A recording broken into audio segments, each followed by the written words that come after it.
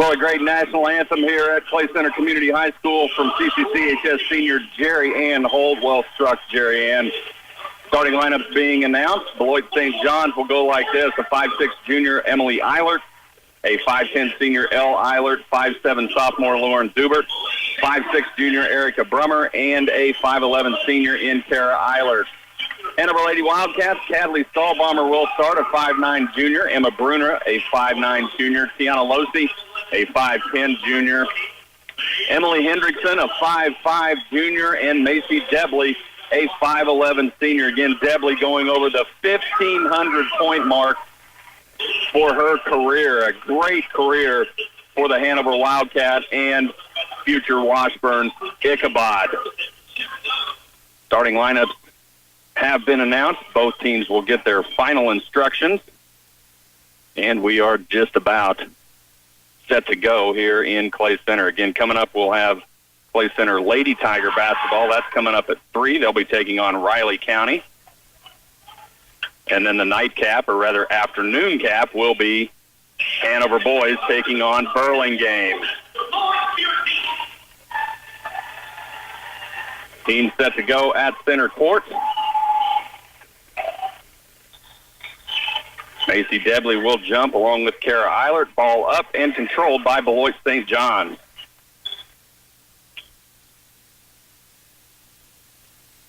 Hanover will come out in a man-to-man. Probably won't see much more than that. You see that from both teams. Now driving in the lane for Beloit St. John's.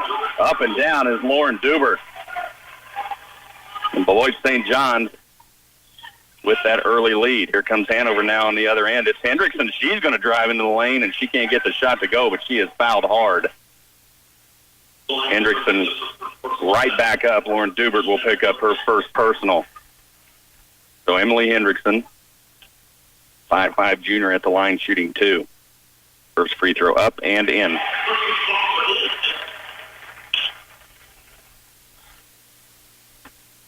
Hendrickson will have one more. Free throw up and both. So Hendrickson hits both, and we've got a 2-2 tie. Here comes the Lady Jays down court quickly. They don't waste a lot of time. They want to run. Eilert has it at the top of the key. Now Dubert tries getting it in near takeaway. It's going to be knocked out of bounds, and they'll say off Hanover. And they may have missed that call. That's Cadley Stahlbomber. Really good defense that time. Looked like it went off a Lady J, but they will retain possession. Now trouble getting it in. Now they do get it into Elle Eilert. Kara Eilert now 5-foot fall away, and Kara Eilert makes it look easy. Here comes Losey down court. Hendrickson baseline. She's going to dribble back up, nearly loses it. Now gets help from Losey. Hanover now. Losey tries driving, kicks it to Stahlbomber, left baseline. She's going to try driving. Little daylight. She's going to kick it back out to Hendrickson, and Hendrickson can't handle the pass. Stahlbomber just a little more juice on that than she probably needed to, and got away from Hendrickson, so St. John's will get it back. Full court man-to-man defense on from Hanover. Stahlbomber on Dubert. Left wing, Brummer. She'll go back up top. Emily Eilert now has it taken away, and they're going to get Tiana Losey for a foul. Tough call on Tiana Losey as that ball got away from Emily Eilert. Both players battling, but Losey comes up on the short end. So out of bounds. Back to Beloit St. John's, and now Stahlbomber knocks it away, but right into the hands of Eilert. And now ball loose, tie up mid-court, and that is going to go to Hanover as the jump ball is called. Good job that time by Emily Hendrickson as she got tied up, I believe, with Lauren Dubert. Losey brings it across the timeline, mid-court. She'll dribble right, now back left.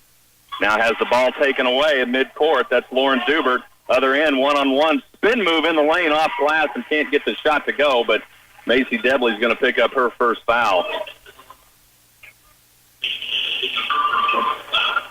In just a couple of minutes into the game, it's a 4-2 Lady J lead. Dubert, a 5'7" sophomore, shooting 2. First free throw up and down.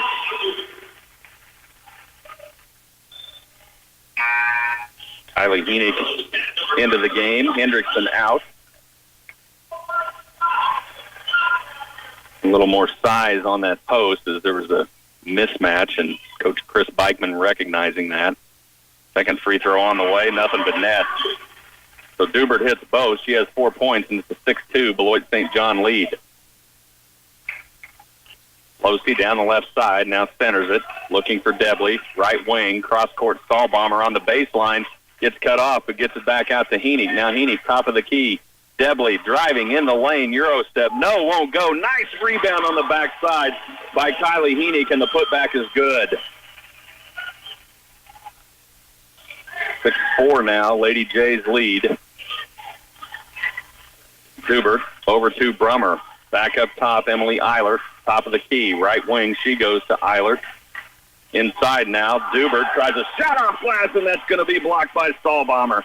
Here comes Debley now, other end. She's going to take it all the way, leans in, can't get it to go. Good rebound that time, and a putback by Emma Bruna. And Hanover makes a little run to tie things up at 6-6.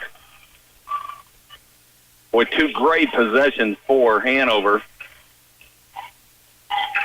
Now left baseline is Kara Eilert, and now the ball's going to be taken away right back into the hands of Stallbomber. Gets it to Debley. Underneath, she goes. Emma Bruna tries going up and can't get the shot to go, and she is headed to the stripe, shooting two. That foul is going to be on Erica Brummer. She'll pick up her first. So, and they will not call that on the shot. They're going to say before the shot, so it'll go out of bounds. It'll stay with Hanover. Debley, inbounds, gets it into Bruna, who loses it, but right back into the hands of Stallbomber at the top of the key. Stallbomber inside in the lane. Debley driving, and she's going to be fouled, and that is on the shot. Macy Debley heads to the line shooting two. 6-6. 4:58 left in the first. So Macy Debley looking for her first points of the game. First free throw up and down. Again, Debley, what a career for the senior. 1,500 points. Looking for her second one of this game and gets it. So Hanover gets their first lead of the game up to 8-6.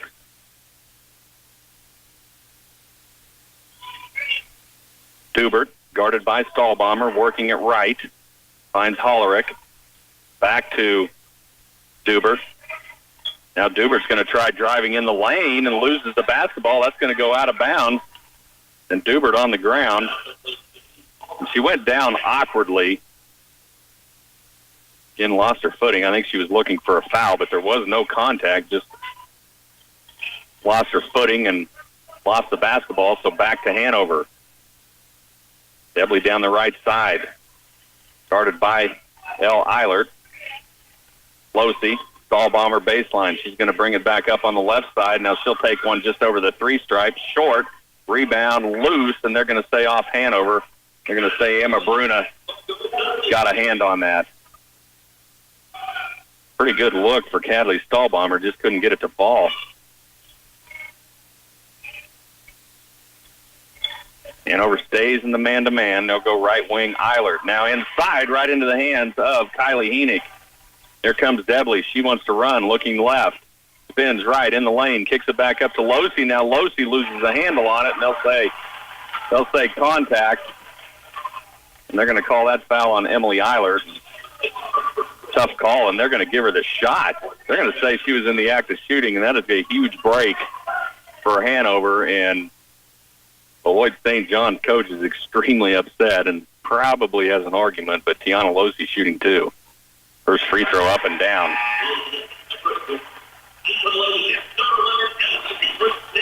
Coach Keith Crescent getting an explanation, and 99% of the time, coaches don't like what they hear. Losey buries both, so Hanover takes advantage, and they've now got a 4-point lead, 10-6. Kara Eilert brings it down for the Lady Jays, looking to dribble right. Heenick on her, and now Eilert goes around Heenick. Baseline jumper good. And Kara Eilert, a 5'11 senior, has a really smooth shot. Down court quickly. Hendrickson back into the game to Debley driving in the lane, and now Debley's going to be fouled. And all of a sudden, any contact is going to be a foul. That's 7 fouls in the first 4.5 minutes of this game. Koenig now, right elbow, can't get it to go. Rebound, Kara Eilert. Eilert will bring it down herself. Back to Dubert. Now Dubert sets the offense. Started by Hendrickson. Lob pass inside Eilert. Turns at the right elbow, looking, holding. The 5 count is on. Now she gets rid of it. Back up top to Hollerick. Losey on her, and now Hollerick took steps. Good defense that time by Tiana Losey.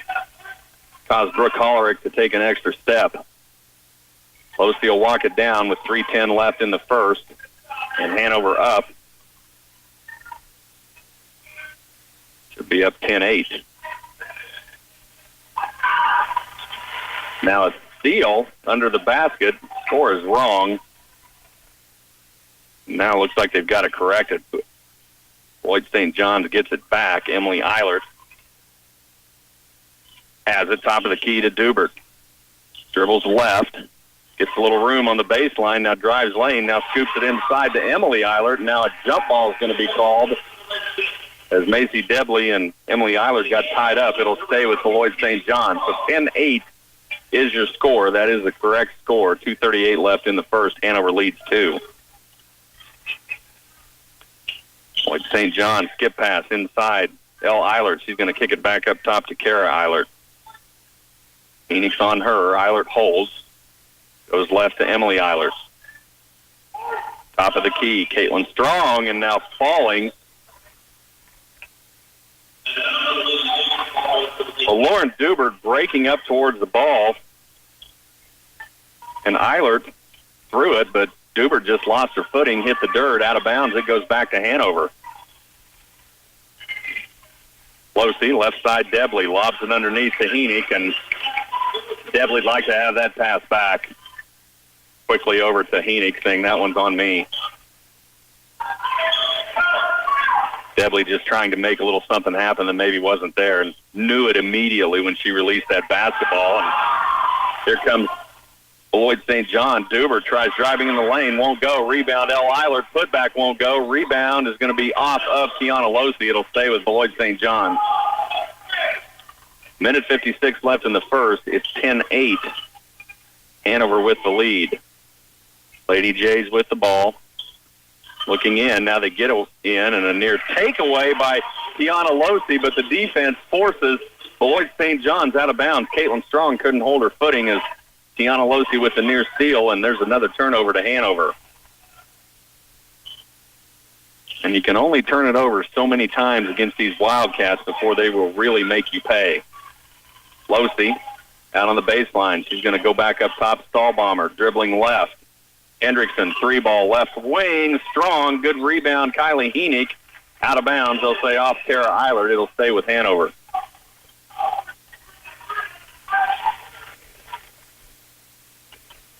Losey under the basket, has it knocked away as she tries to inbound, and Lloyd St. John's had it, but hitting the dirt again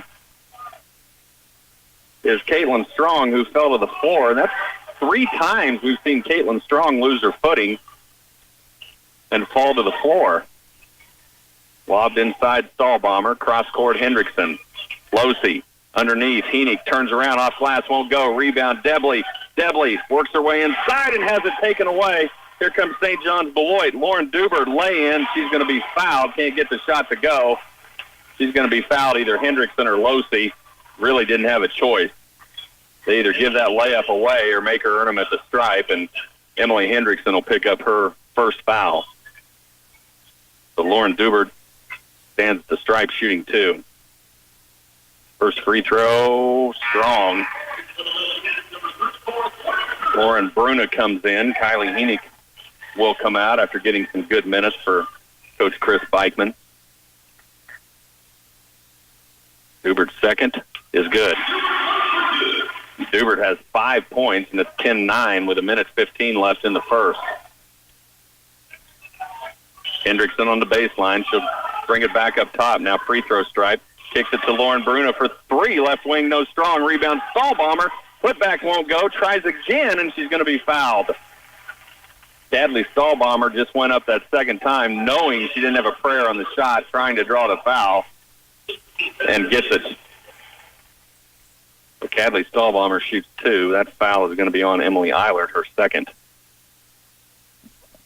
Stahlbomber's free throw is good.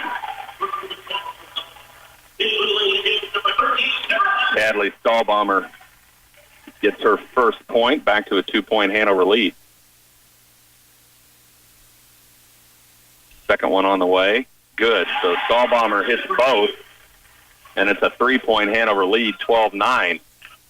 Now Dubert loses the basketball. Good defense by Hendrickson. Does come back up with it. Hands it to Kara Eilert, who's going to set the offense. Eilert, free throw stripe, picks up her dribble, looking, goes left wing, out to Caitlin Strong, back to Kara Eilert at the top of the key. She's going to back it out with 40 seconds. There's a near steal by Stahlbomber, out of bounds. It'll stay with the Lady Jays.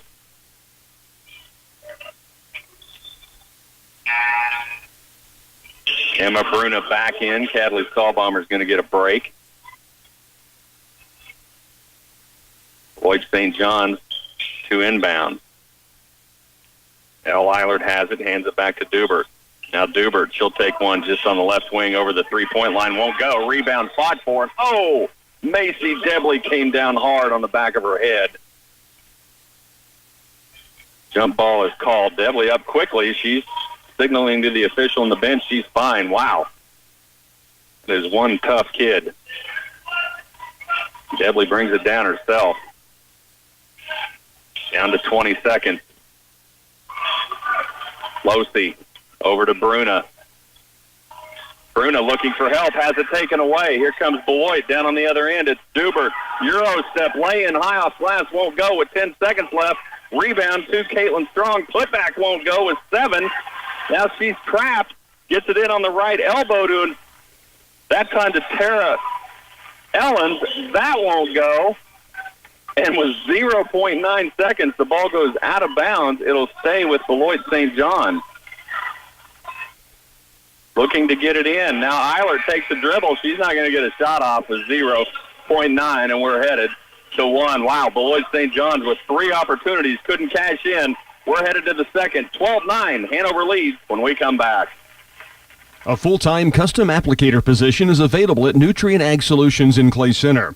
There are many facets to this job, including handling of packaged chemicals, operating spray equipment, as well as computers on equipment, mixing of pesticides and fertilizers, maintaining records, assisting the mechanic, and daily inspection of vehicles, just to name a few.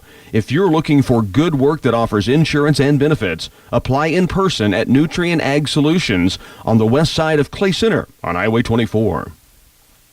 Defend, rebound, pass the ball, and score. Basketball's a simple game. Insurance is too when you turn to me, your local Farm Bureau agent, Justin Tadman in Clay Center. I'm your go-to agent for farm, auto, home, life, and business insurance. So no matter what life brings, you'll be ready with a game plan that meets all your coverage needs. Give us a call at 785-632-2585. I make insurance a layup. Farm Bureau Life Insurance Company, Farm Bureau Property and Casualty Insurance Company. Well, a back-and-forth first quarter has Hanover up 3, 12-9. Beloit St. John's will start off with possession.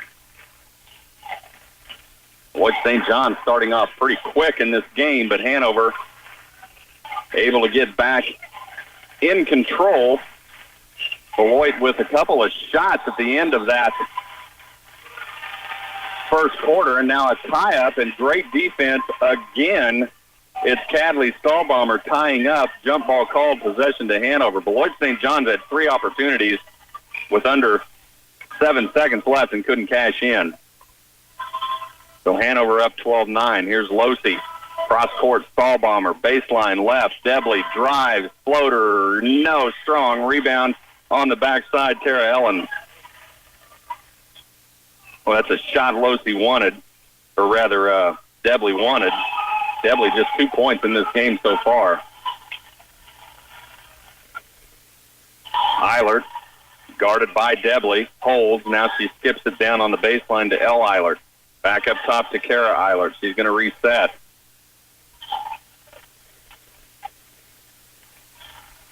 Up top, Strong.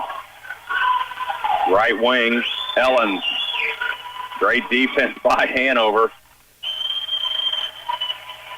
Losey. Up top near Steele, and it is right into the hands of Stahlbomber. Here comes Cadley Stahlbomber. Down court underneath Losey, off glass and good. And Cadley Stahlbomber putting on a defensive gem right now. 14-9, Hanover with the lead. There's Stahlbomber again, knocks it away into the hands of Debley. Ball loose. It's going to go out of bounds, and it'll stay with Beloit, and that's the right call. Hanover crowd hates it. That is the right call. That went off Macy Debley. And now Beloit St. John's wants a timeout. 6:21 left in the first half. 14-9. Hanover leads when we come back. Breaking up is not hard to do. Twin Valley Pulse makes it easy to leave your current internet provider. You'll love their high-speed internet much more. You won't even miss that other internet provider you've put up with for years. Twin Valley Wireless Internet offers a choice of plans to fit your usage. No data caps, no throttling of internet speed, and no landline required. Begin a new relationship. Call Twin Valley at 800-515-3311 and choose the best plan that fits your lifestyle. Service availability will depend on location. See store for details. 14-9, and Beloit St. John's coach Keith Crescent, a pretty good timeout as Hanover starting to get a little momentum, and that's about the only way you can turn that off when it starts is get off the floor for 30 seconds. Now inside out of the timeout, and one, Kara Eilert floats in the lane. She's fouled. She gets it to go. That foul is going to be on Kylie Heenick. So a great timeout and a great possession out of the timeout. And now Kara Eilert with the old-fashioned three hits it. She has 7 points, and then we're back to a 2-point game, 14-12. Here comes Losey. Stahlbomber out on the wing.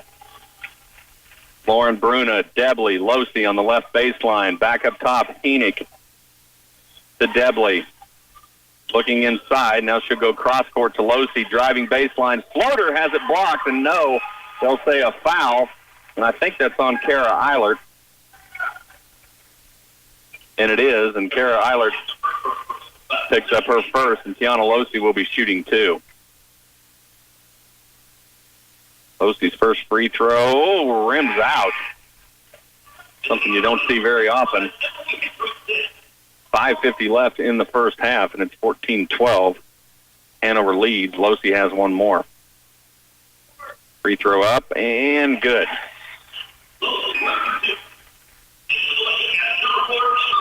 Sadly, Stahlbomber will get another break. Emma Bruna in, and Stahlbomber has just been brilliant on the defensive end so far in this game.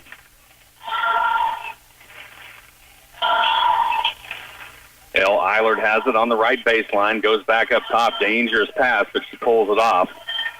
Caitlin Strong now goes back up to Eilert. Kara Eilert, top of the key, she's going to fire three, and she can do it. And Kara Eilert buries a three, and we're tied. I watched Eilert warming up, and she buried her way around the other end, and now Macy Debley in the lane, skip past the Heenick, off glass and good. What a look from Macy Debley to Kylie Heenick. Kara Eilert worked her way around the three-point line and never missed. There's Eilert, left elbow, won't go, rebound loose. Tiana Losey comes out of there with it. Here comes Hanover. Losey wants to run. She'll kick it back to Debley. Now kicks it right side. Hendrickson for three. No, off glass, won't go in. Good rebound that time. It's knocked out of bounds. It'll be off Hanover. Elle Eilert came up with that board. Debley knocked it out of her hand. Cadley Stahlbomber back in. Emma Bruna comes out. Coach Chris Beichmann's rotation, you just don't miss much with the 6, 7, and 8 person off his bench. Got about a 3 or 4 person rotation going right now, and it's worked well. 17-15, Hanover up. Kara Eilert up top to Elle Eilert. Left side, Ellen back to Eilert. Now ball taken away. Guess who? There's Stahlbomber, and Stahlbommer's going to be fouled. As Caitlin Strong trying to chase that down, and Cadley Stahlbomber is all over. And Cadley Stahlbomber heads to the line shooting 1-1. And Stahlbomber is just sneaky quick and is just anticipating passes, and it's worked every time for her. Free throw up, and about the only thing she hasn't done right today. Misses that one. Strong, rebound to Beloit. 17-15, Hanover up 2 with 4 minutes left in the second. Ellens up top to L. Eilert. Kara Eilert, right wing. Looking inside, gets it into Ellens, has it blocked by Heenick right into the hands of Debley. Here comes Hanover, down court, and has it taken away. Great defense that time by Lauren Dubert. Here comes Dubert. Now loses, twists her ankle, and Lauren Dubert is really banged up. Somehow gets that thing out to Kara Eilert, and now ball is going to be out of bounds, and it'll go to Hanover. And Lauren Dubert twisted her right ankle in the lane, nearly went down, somehow able to get that ball out of the lane, and they're going to leave her on. Lauren Dubert really favoring that ankle, but waves her coach off, and they are going to leave her in. So Hanover gets it back. Now Losey fires three, top of the key, misses, out of bounds. It'll go to Beloit St. John. Losey way off on that one. And that's something you don't see very often. Dubert has it for the Lady Jays. She'll go to Ellens on the right wing. Up top, Strong. Now inside, Kara Eilert. Back to Strong. Nearly loses it. Does come back with it. Kara Eilert has it. Stahlbomber all over her. And really frustrating Kara Eilert. And you have to be on her. She will shoot from anywhere. And now an offensive foul is going to be called on an illegal screen. So Hanover's going to get it back. That's going to be on Caitlin Strong. That's her second. 2:51 left. And it's 17-15. Hanover leads by 2. Losey will bring it across the timeline, right side. Now she'll go back left. Trying to lob it inside to Debley. Cross court, Losey, baseline three, yes! And Tiana Losey that time had time to set up and nothing but net. And Hanover's got a 5-point lead, their biggest lead of the game so far, 20-15. And now Tiana Losey takes it away. It'll go out of bounds, and they are going to call a foul. And I think they're calling that on Caitlin Strong, and that is 3 on Strong, and it is. Actually, that's going to be on Dubert, on Lauren Dubert. That's her second, so we'll go to the other end, and Tiana Losey will now shoot 2.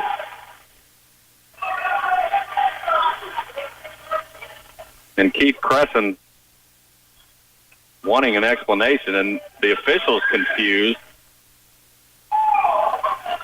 Well, they're calling that foul on Dubert, and I think, and there we go, and that the foul should be on Caitlin Strong, and that's the question. And that is Caitlin Strong's third. Dubert was nowhere near the play. So Caitlin Strong will pick up her third. Tiana Losey shooting 2 as Hanover now in the double bonus, and Losey buries her first. 9 points now for Losey. One more from Tiana Losey, and it's good. 10 points for Losey. She's at 8 in the second quarter, and it's 22-15.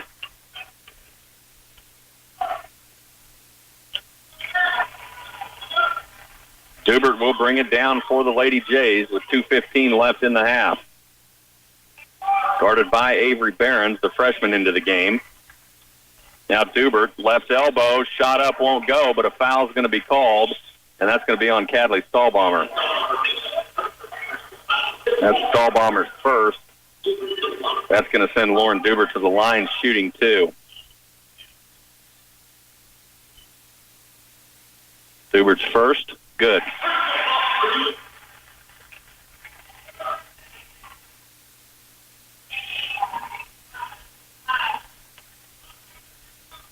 One more from Dubert. And that's good. Lauren Dubert hits both. She's got 7, and it's 22-17. Here's Losey now. Stahlbomber, baseline 3. Yes! Hadley Stahlbomber buries a 3. And it's 25-17.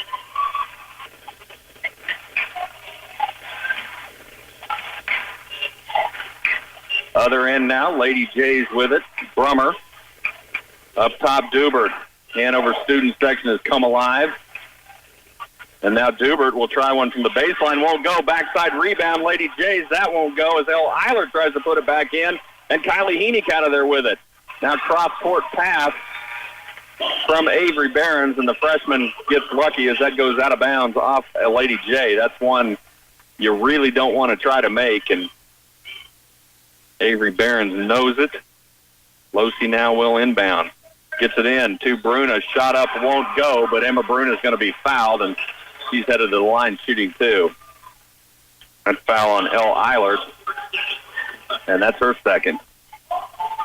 So Emma Bruna shooting 2. Free throw up and rattles out. Minute 26, 25-17, Hanover leads.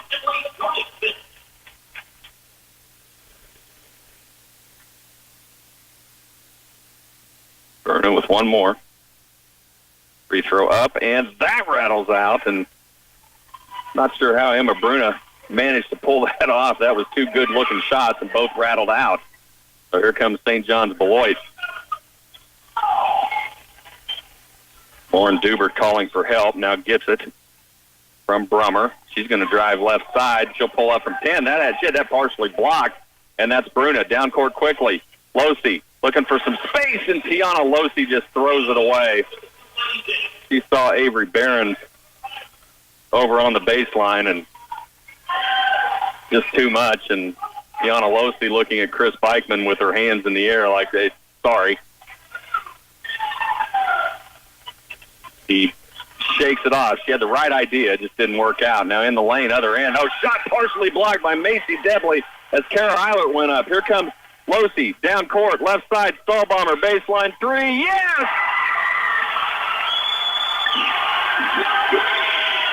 What a look from Tiana Losey to Cadley Stahlbomber with 30 seconds left, and it's a double-digit lead. And now Macy Debley with another shot block. And now Beloit St. John's trying to answer with 3, won't go. Rebound 2, Bruna. Here comes Debley with 20. Kicks it to Stahlbomber. Coach Chris Beichman saying 1 with 14. Debley has it. Up top, back to Losey with 10. Losey dribbling left. Gets a screen from Debley. Back to Debley. Left wing 3. Macy Debley, no strong. Backside rebound. Avery Behrens. Putback won't go. And we're headed to halftime. Hanover has extended it to an 11-point lead. They're up 28-17 over Beloit St. John's when we come back. Protecting your personal identity and bank account is a challenge when everything is asking for your personal info these days. Here are the top 5 things you can do to prevent fraudulent activity. Be aware where you share, maintain computer security, ask more questions, avoid fake antivirus software, and act quickly after signs of fraudulent activity. Visit ubankonline.com for more detailed information or to speak to a UBT representative today. Equal Housing Lender, member FDIC. Ready for that new shelter? Hometown Lumber and Hardware has some ready-made portable shelters starting at $1,149 for the 10 by 20 by 6 foot structures. Choose from open or partially closed structures that work best for your livestock. Protect your animals with quality shelters made with rough oak lining and your choice of Galvalume or painted metal. Delivery of your portable shelter is available from Hometown Lumber and Hardware in Marysville. The color yellow is often the chosen color of sunshine and is associated with happiness and joy. No wonder the Always Save brand of products chose to use yellow in their trademark label. It's certainly easy to spot the Always Save products throughout the store shelves at Ray's Apple Market, and it also makes it easy to save money on the grocery items you need for your family every day. Besides all the value line products like Always Save at Ray's Apple Market, another way you can save even more is with the Ray's app on your phone.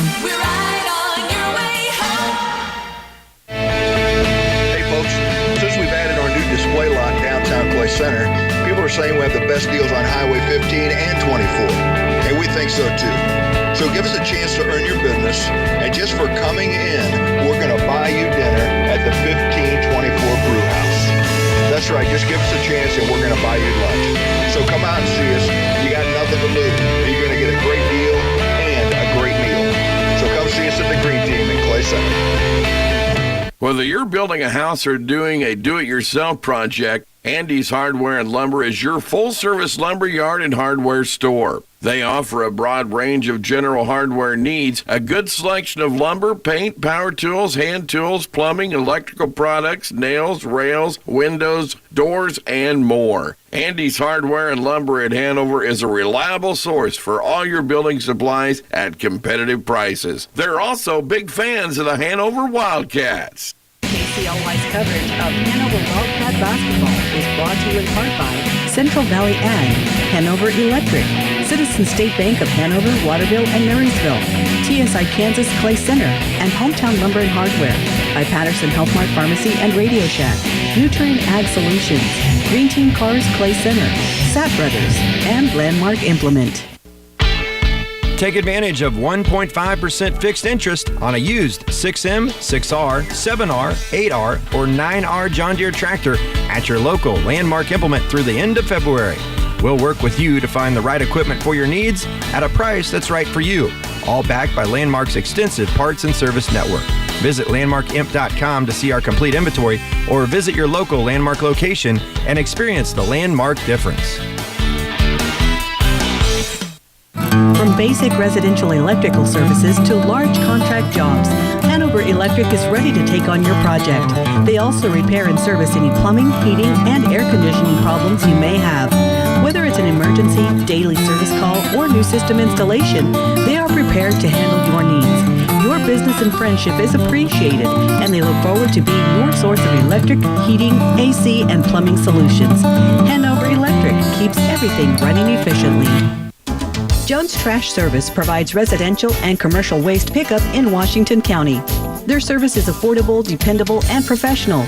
Jones Trash Service also offers roll-off containers to support your special projects. Whether it's renovation, cleanup, roof replacement, or yard clearing, they'll deliver the containers to you when you need it and remove it when your job is complete. Contact them for quotes for home or business trash service if you're not already on their route. Jones Trash Service of Washington.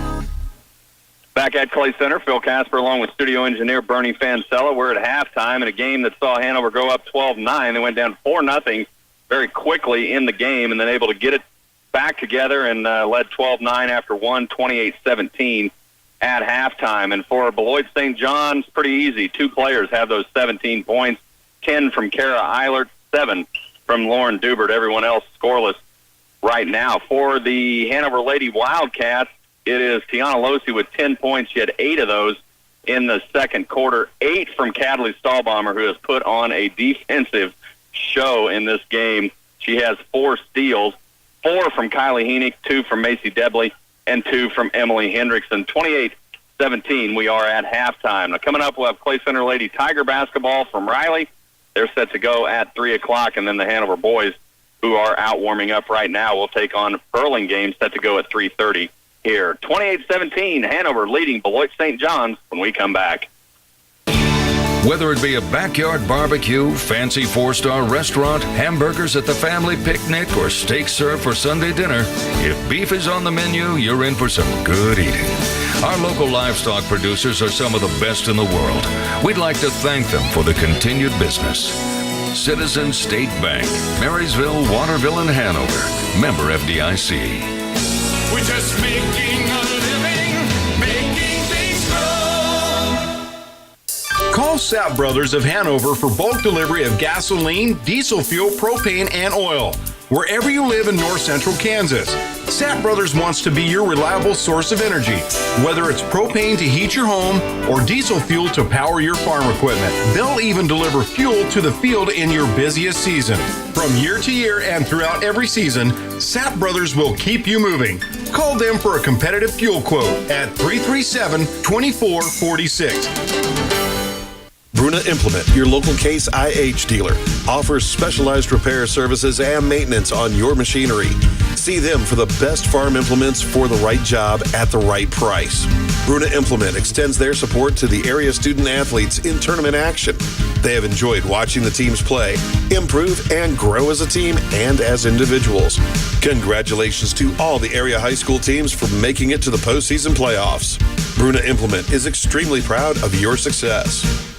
Wilbur Ellis in Clay Center is looking for a seasonal Class A CDL local driver. Hazmat endorsement is preferred along with a good driving record. Applicant must be able to lift bags and boxes up to 80 pounds. A positive attitude and willingness to work overtime is also a plus. This position allows you to be home every night. Again, this position is for a seasonal Class A CDL local driver. If this sounds like something you could do and are interested, apply online at wilburellis.com.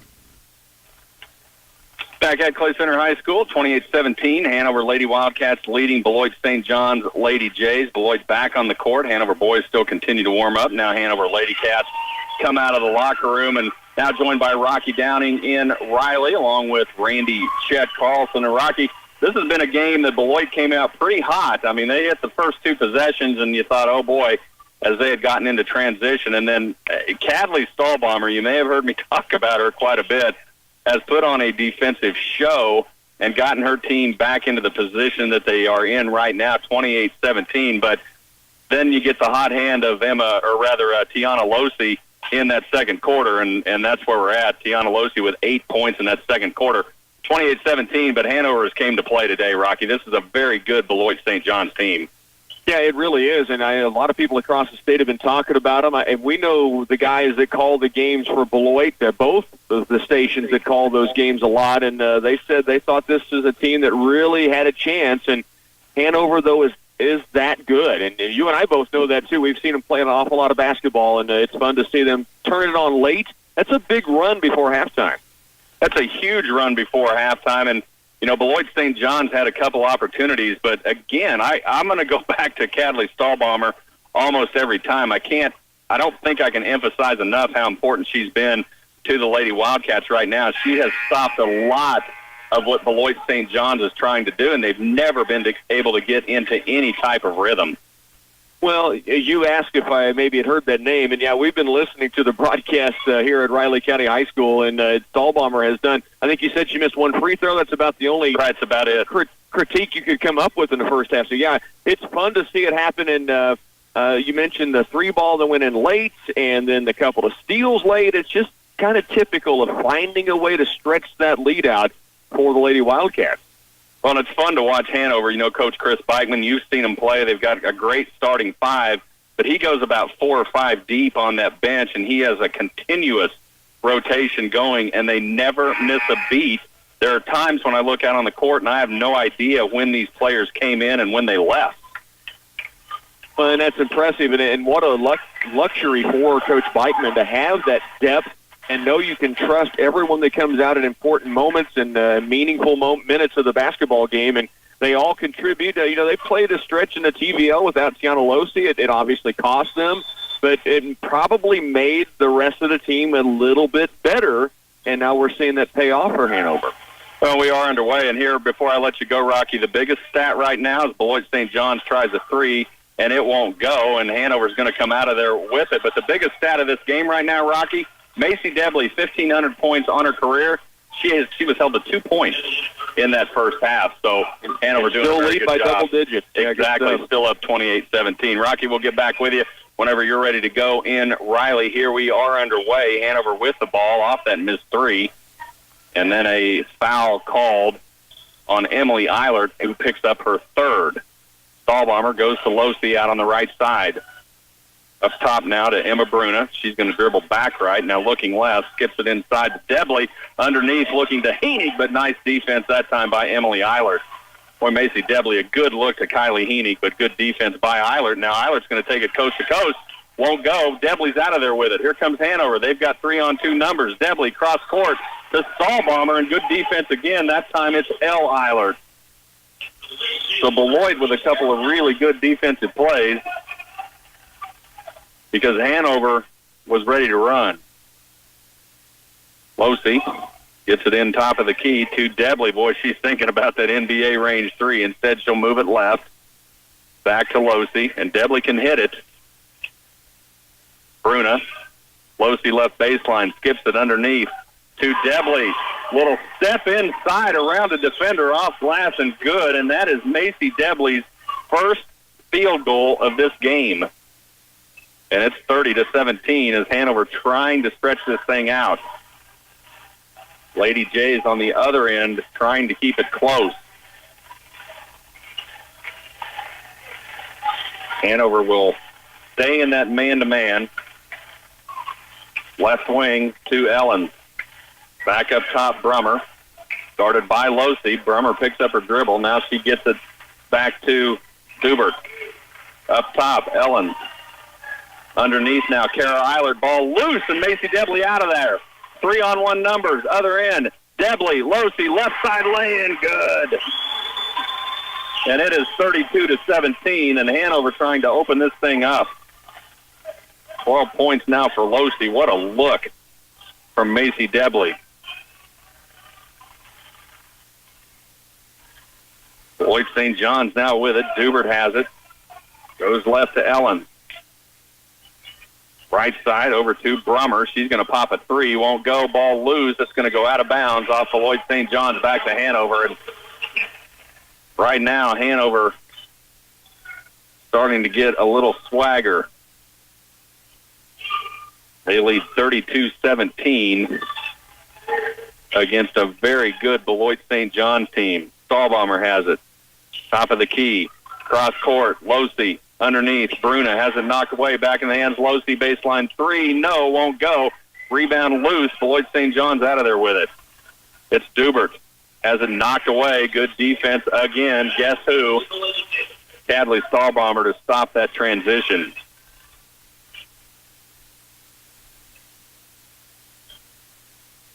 So Beloit St. John's will inbounds under their own basket. It's Brummer.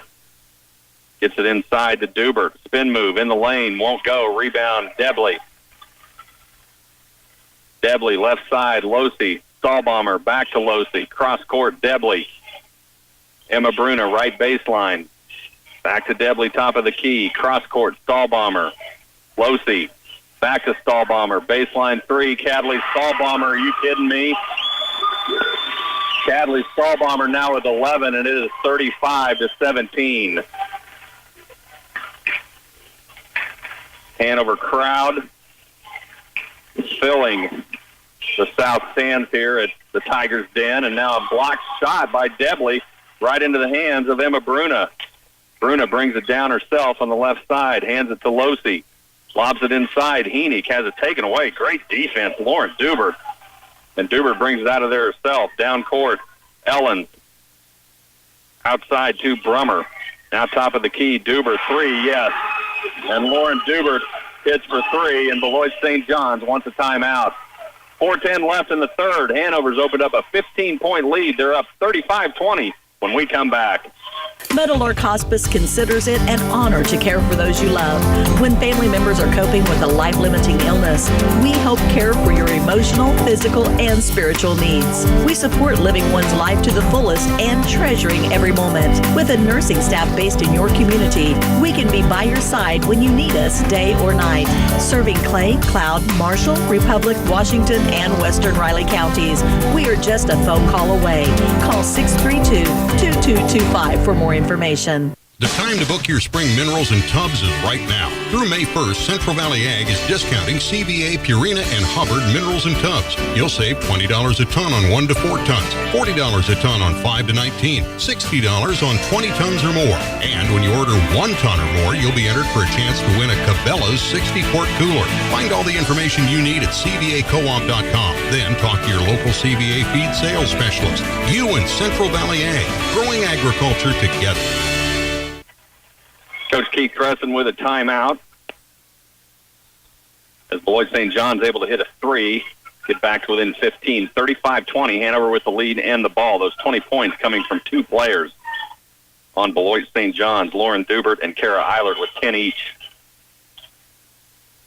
Stahlbaumer to Losey. Man-to-man defense on from Beloit St. John's. Hendrickson nearly loses it. Back to Losey, who's trapped in the corner. Gets through it.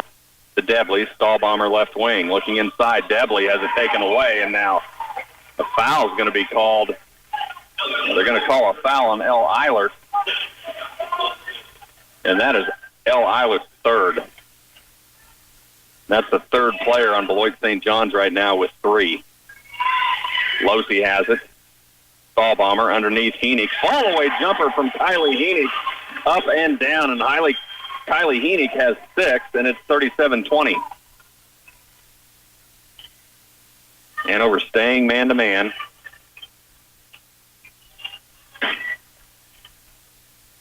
Beloit St. John's trying to work it in. Kara Eilert, right elbow, well off the mark, and that's going to be off.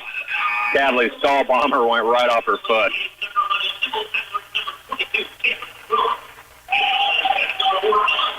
The ball will stay with the Lady Jays. 3:17 left in this third period, 37-20. Brummer gets it into Eilert, top of the key, Dubert. Back to Brummer, 3 from the left baseline, yes. And that is the first Beloit St. John's Lady J that's not named Dubert or Eilert to score. And it's 37-23.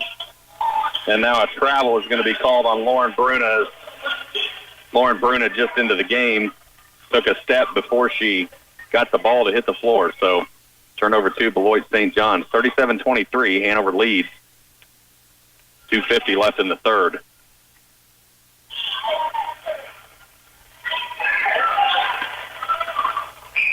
Eilert up top to Strong. Left side, Dubert for 3. No, Strong. Rebound backside, Macy Debley in between 2 St. John's Lady Jays, and officials just missed a double dribble. Now Bruna up off glass and gets her first point. Macy Debley got that ball caught on her body and grimaced as she put the ball back down, and the official missed it, much to the delight of the Beloit St. John's crowd. 39-23. Now a 3-ball, Beloit St. John's. That's Brummer. That won't go. Rebound, Hendrickson. Outlet to Debley. Here comes Hanover, leading by 16 with 2 minutes left. Cross court, Losey, 3. No, Strong. Rebound fought for. 2 players to the ground. Jump ball called quickly. That's Hendrickson and Emily Eilert. And that ball will go to Beloit, or rather Hanover. So Hendrickson gets it in. Now Bruna to Lauren Bruner. Same shot, left side off glass. Can't get it to go. Good rebound that time by Emily Eilert. Outlet to Brummer. Down court to Strong. Now Strong takes a 5-footer, and Tiana Losey with a little too much contact, and that's going to send Strong to the line shooting 2. So Losey picks up her second. Caitlin Strong will shoot 2. First free throw up and off front iron. 39-23 with 1:42 left in the third. Again, when they're ready to go in Riley, we'll join Rocky, Randy, and Clay Center Lady Tigers. Second free throw from Strong is good. Now full court press on from the Lady Jays. Losey walks it across the left side. No, she'll go to Hendrickson. That's a dangerous pass. Emily Hendrickson came and got it. Emma Bruna now driving the baseline, gets caught, and they're going to call her for steps. It's a good call. Coach Chris Beitman wanting a foul, but really both Lady J defenders holding their ground. They were set, and Bruna just dribbled into a bad situation. So turnover to the Lady Jays, and I think that's the first Hanover turnover of this game. Long 3-ball now from Dubert. That won't go. That's right into the hands of Emma Bruna. She'll dribble it out of there herself. Bruna across the right side. Picks up her dribble, needs help, and now lobs it over to Debley. Debley dribbling right. Now she's going to take it all the way in the lane, and Macy Debley is rocked. And Macy Debley up quickly, and she has taken some shots in this game. Debley up quickly, walks to the line, and the play that most players would still be there. Debley's free throw is good.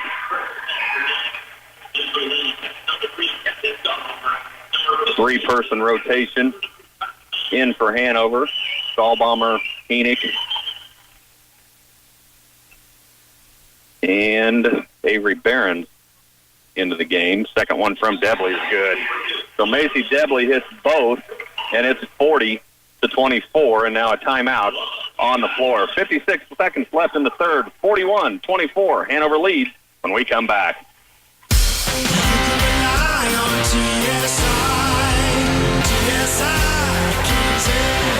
TSI Kansas is a very reputable trucking company that continues to grow.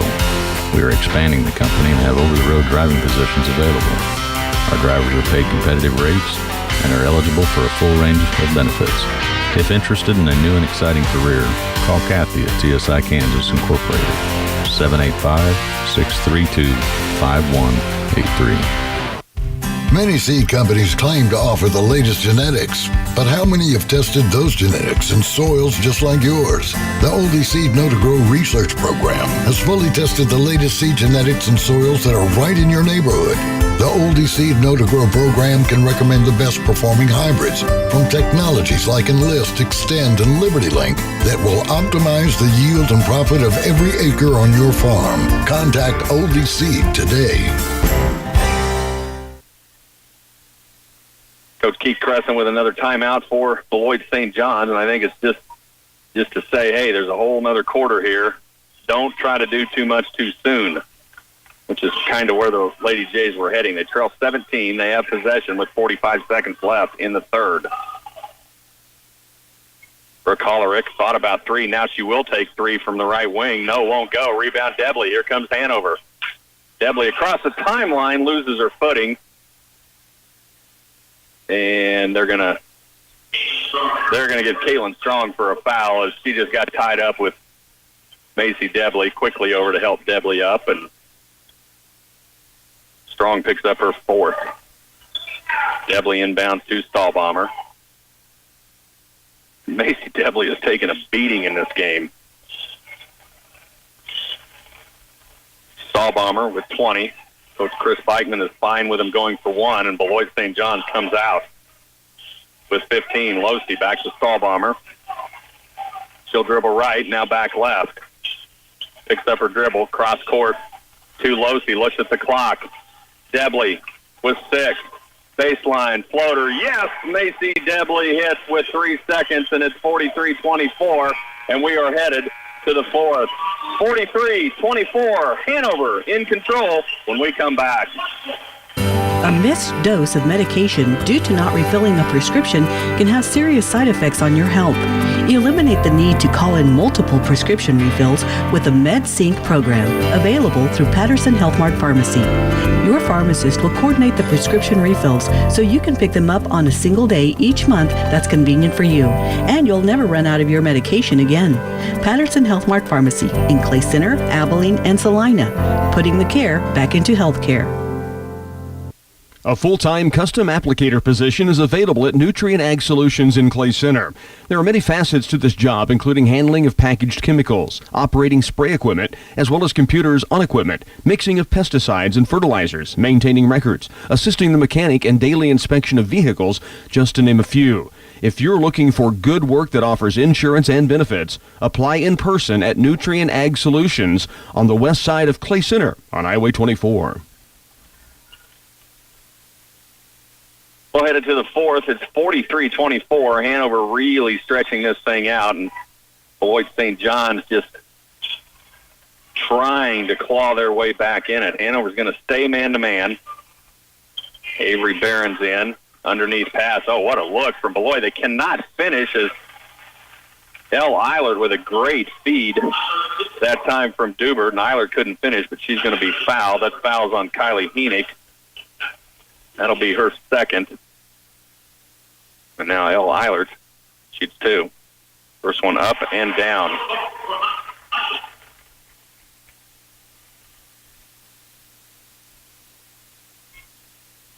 One more on the way from Eilert and won't go. Rebound Debley. Debley out of there quickly. Down court, Stahlbomber, she's got a little room to the hoop. She'll take it all the way up and down off glass. And Stahlbomber now has 13 points, and it's a 20-point Hanover lead. And it's just that quick, and now Beloit St. John throws it away on the other end. And when things go south, they start to go south. Hadley Stahlbomber will come out. Emily Hendrickson in. Hanover in control, leading by 20. We'll get you to Riley just as soon as they're ready. And now a foul near the top of the key is Lauren Dubert trying to steal from Emily Hendrickson. So Dubert picks up her second.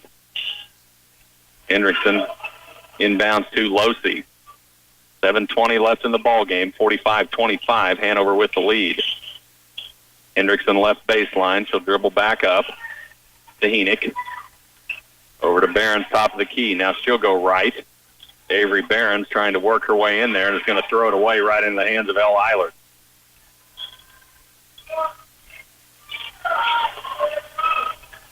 So Brummer brings it down. Cross court to Strong. To Brummer. Back to Eilert. And now Tara Eilert, top of the key three, won't go. Good underneath rebound, and a shot block by Macy Debley as Elle Eilert went back up strong. Here comes Barron down court. Now she's going to try to back it out. Does, gets it to Losey. Now Debley, three, left wing. No, won't go. Rebound, Tara Eilert. And now taken right back away by Macy Debley. She's going to have a left side lay-in off glass and good. And just like that, Hanover's up 22. 47-25. 10 points now for Debley. Long three to answer from Beloit St. John's. Won't go. Eilert with the rebound underneath, and Kara Eilert with a strong rebound, and putback goes, and a timeout on the floor. 47-27, 6:09 left in the game. Hanover up 20 when we come back. Defend, rebound, pass the ball, and score. Basketball's a simple game. Insurance is too when you turn to me, your local Farm Bureau agent, Justin Tadman in Clay Center. I'm your go-to agent for farm, auto, home, life, and business insurance. So no matter what life brings, you'll be ready with a game plan that meets all your coverage needs. Give us a call at 785-632-2585. I make insurance a layup. Farm Bureau Life Insurance Company, Farm Bureau Property and Casualty Insurance Company. Out of the timeout, 6:09 left in the ball game. 47-27, Hanover up 20 in control. Let's send you over to Rocky Downing and Randy Carlson in Riley. All right, Flip, we appreciate it. Rocky Downing along with Jed Carlson. You heard Phil say the Lady Tigers just getting the opening tip-off underway and have the basketball in the opening possession. Lexi Lively, Addie Mullen, Erin Hamill, Clara Edwards, Haley Franson. The starting five, and a three-pointer from Addie Mullen is off the mark, but rebounded by Franson. The Lady Tigers have a new possession. Opening possession of this basketball game. A trip to Hutchinson in the 3A state championships on the line here. Hanover looks like they're headed to Dodge City as they're pulling away from St. John's Beloit over at Clay Center in 1A Substate. We'll certainly keep you posted on that game. Here's Libby out top, bobbled for a moment, now picks it back up. Lady Tigers with the basketball. Libby has it out top. Three-pointer at the point. Rims off. Hamill had an offensive board, bumped to the ground, and the rebound comes away to Riley County. Chet, good to have you back on the mic with us with Lady Tiger basketball. Yeah, it's great to be here. I've been listening to these girls. Riley County with a possession. They have started Jesse Brummett, Morgan Vargo, Sarah Thompson, Danny Wagner, Addie Oliver, and they spread it out deep against the Lady Tiger man-to-man. Vargo out near the timeline, checked there by Livy. To the corner right, it goes deep, back outside from Wagner, now to Thompson. Sarah drives into a double team and throws it away. Erin Hamill has apparently twisted her ankle, and you can see some real pain on her face. Libby helps her up. She's going to see if she can go or not. Erin Hamill trying to, well, she is going to walk to the sideline and come out, but not as bad as it first looked when she went down. She's going to tighten up the ankle brace on that left ankle. So Lady Tigers with the basketball back is a couple of bumps on Thompson. Riley County wanted a foul. I don't blame them, but it's postseason basketball, isn't it? Oh, absolutely. You got to let them play a little bit. Addie Mullen goes right in deep against the zone defense of Riley County. Mullen back with it. Now to Libby on the wing right. Play Center's attempted a couple of threes. Here's Hamill in the short corner right. Back out deep. It comes to Mullen. Tries to attack now between the legs. Brings it across and kicks it out deep for Libby. 6:15 to work in the opening quarter. Again, Hanover pulling away up by 20-plus when we pulled it away from Clay Center in that 1A Substate. Ball nearly thrown away. Mullen comes up with it. Now back across the Libby. In the corner it goes to Franson. Haley has hit a three-pointer to begin the basketball game, the last two contests. Here's Edwards inside through contact, and now she'll be called for the foul off of the rebound try. So much like Riley County, Clay Center would have liked a foul called in low, but instead it ends up a foul against Edwards, and a great postseason atmosphere in this little backyard brawl. Oh, absolutely. Clara that time a little frustrated. She didn't get the call, comes back and got the call on herself. Here's Clay Center man-to-man. Riley County working at left side. Vargo directing traffic. Thompson will cut through. Vargo out deep on the right side now to Brummett. Jesse stops, and back right it goes to Thompson. Sarah Thompson holds it out deep. Mullen pressuring there. 5.5 to go. Still scoreless between these two teams.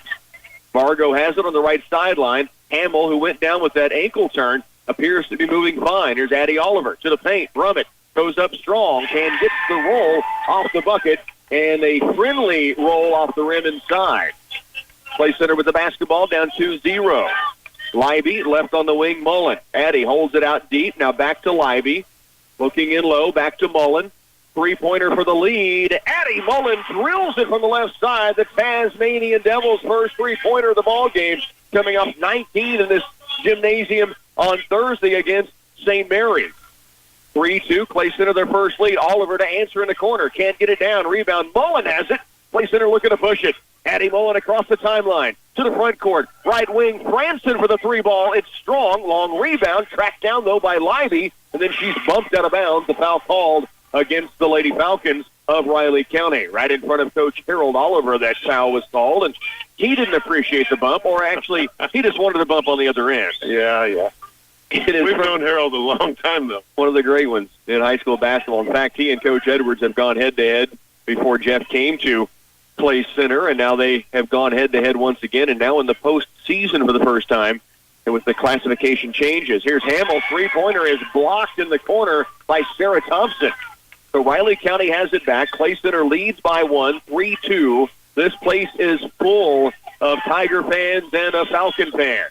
Mullen pressuring on Thompson and now falls to the ground, and they call a bump against Addie Mullen. It will be her first.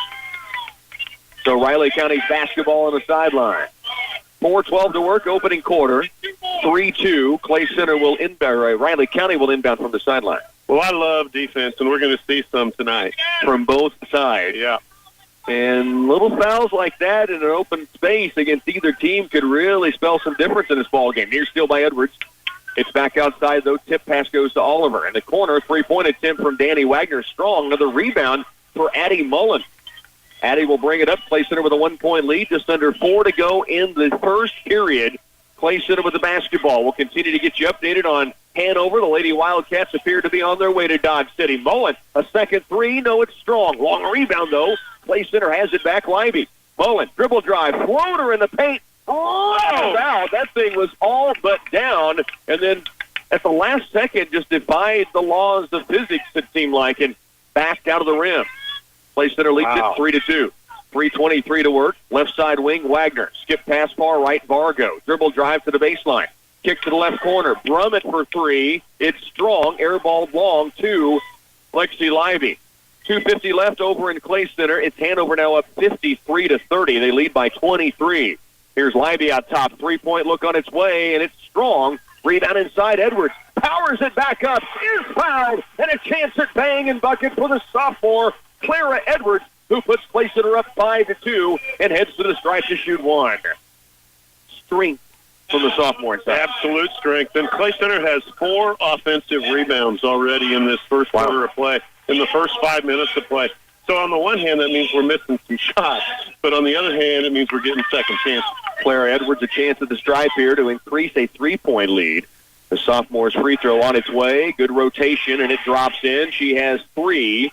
Clay Center with a 6-2 advantage now as it'll be Riley County. Sarah Thompson bringing it across. Ames Burton checking in during that last dead ball, as did Brenna McGuire. Two great teams. They've both been in the state rankings throughout the year.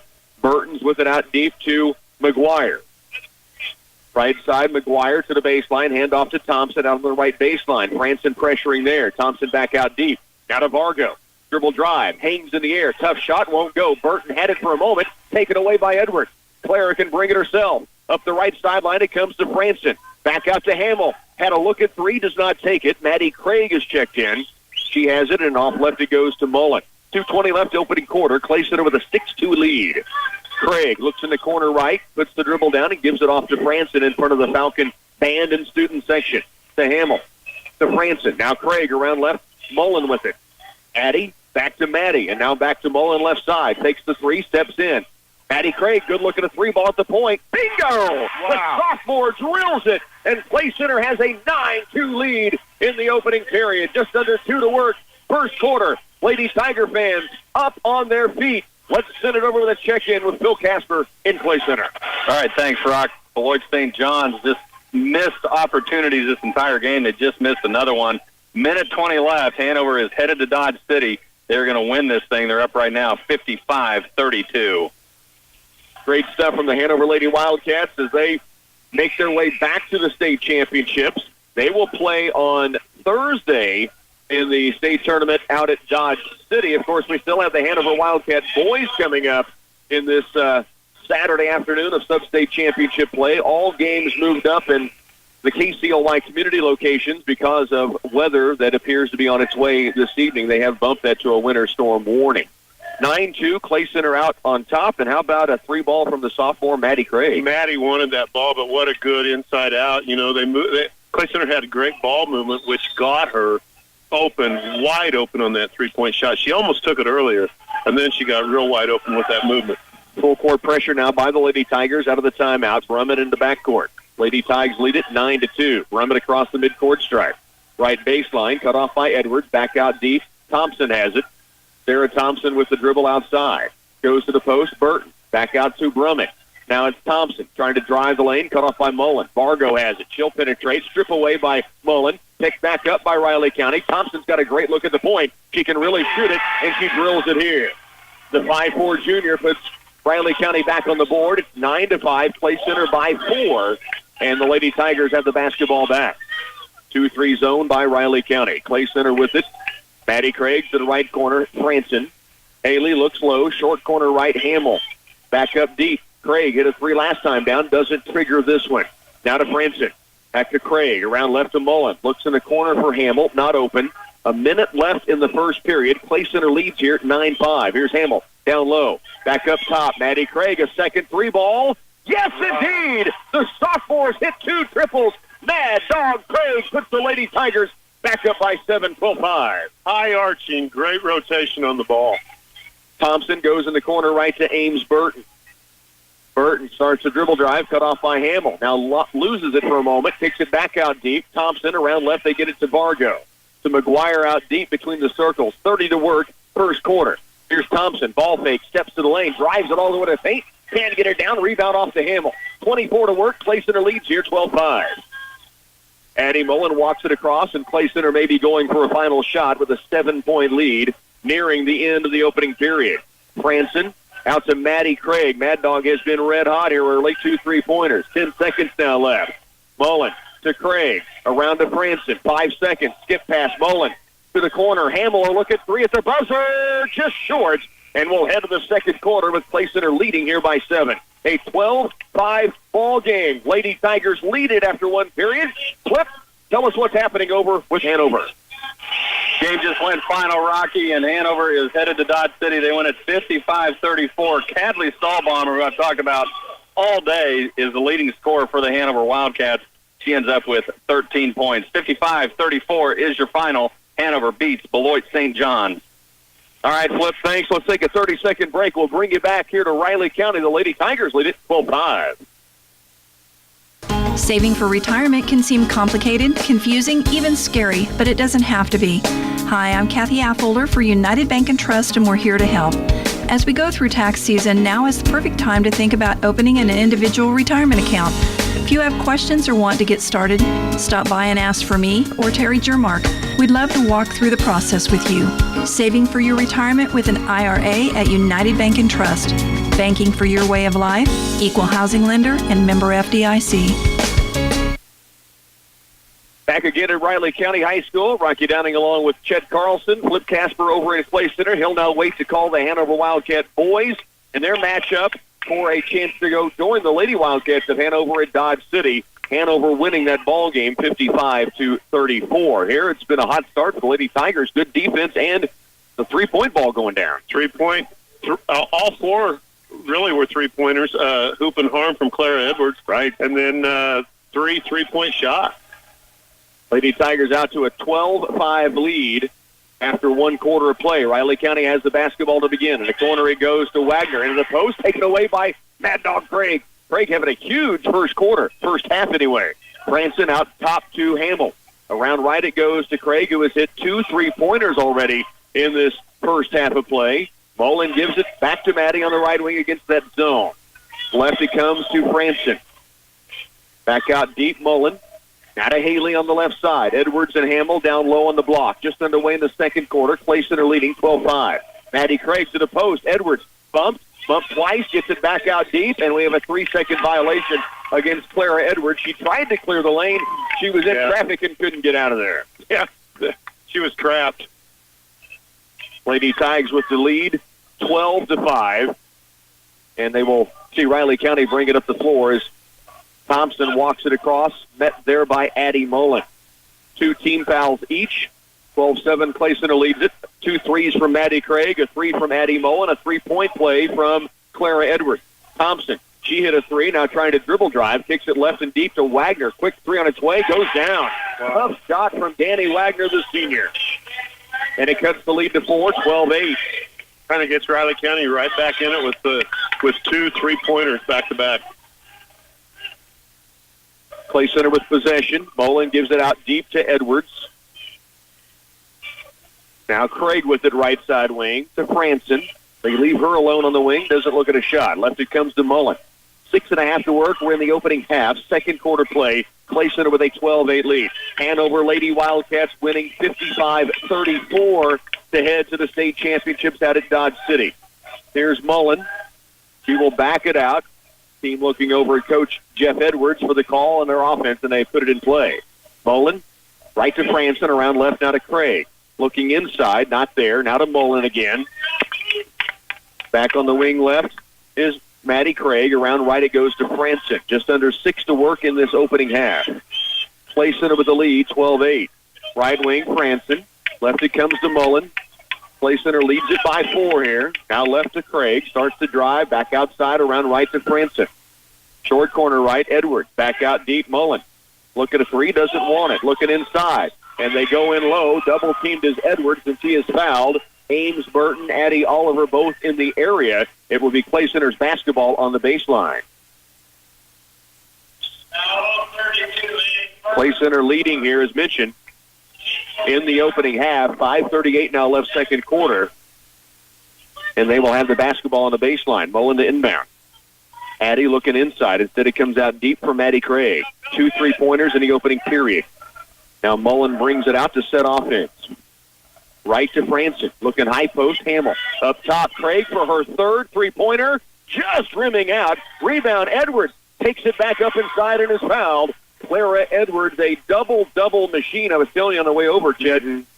Clara, the sophomore, doesn't average 10 rebounds a ball game, but she's been right at double-doubles the last 4, 5, 6 ball games. Well, I've got her down for 3 already and 2 of them were offensive, but I think I missed a couple because I've been watching the game.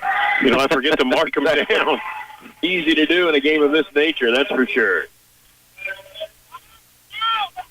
So Clara Edwards knocks in the first free throw. Second charity is short. Rebound comes off to Thompson. Clay Center back on defense. They lead now by 5, 13-8. Again, Hanover Lady Wildcats have punched their ticket to Dodge City in the 1A state championships. They're still by Mullen here. Hanover winning 55-34 over St. John's Beloit. Here still by Maddie Craig. Now Craig against Thompson sees her get rid of it to Wagner. 5 minutes left, second quarter, 13-8. Clay Center leads by 5. Riley County with the basketball. Into the post, Oliver back to the bucket. Kicks it right baseline. Brummett back outside. Vargo, a wide open 3 is on its way and down. Morgan Vargo has her first point, and it's a 13-11 ball game. Riley County jumping right back in this thing. This is definitely a ball game of three-pointers so far. Both, 3 threes for both teams now. 2-3 zone defense. Here's Maddie Craig to the corner. Haley Franson, she triggers a 3-ball. It's strong. Weak side rebound comes away to Riley County's Danny Wagner. So the Lady Tigers back on defense. Riley County with possession, coming off the three-pointer last trip down by Vargo. Thompson drives to the lane. Offensive foul. Haley Franson stands her ground inside. And if you think the crowd is loud because it's coming across the mic, you ain't wrong. Right. This is some kind of atmosphere, huh? Right. Haley Franson in there taking the beating and getting the charge. So Clay Center will have it back. They lead by just 2, 13-11, and a timeout taken here on the floor. Stay with us.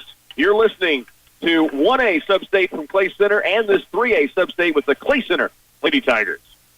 Speech development is very important in a child's life.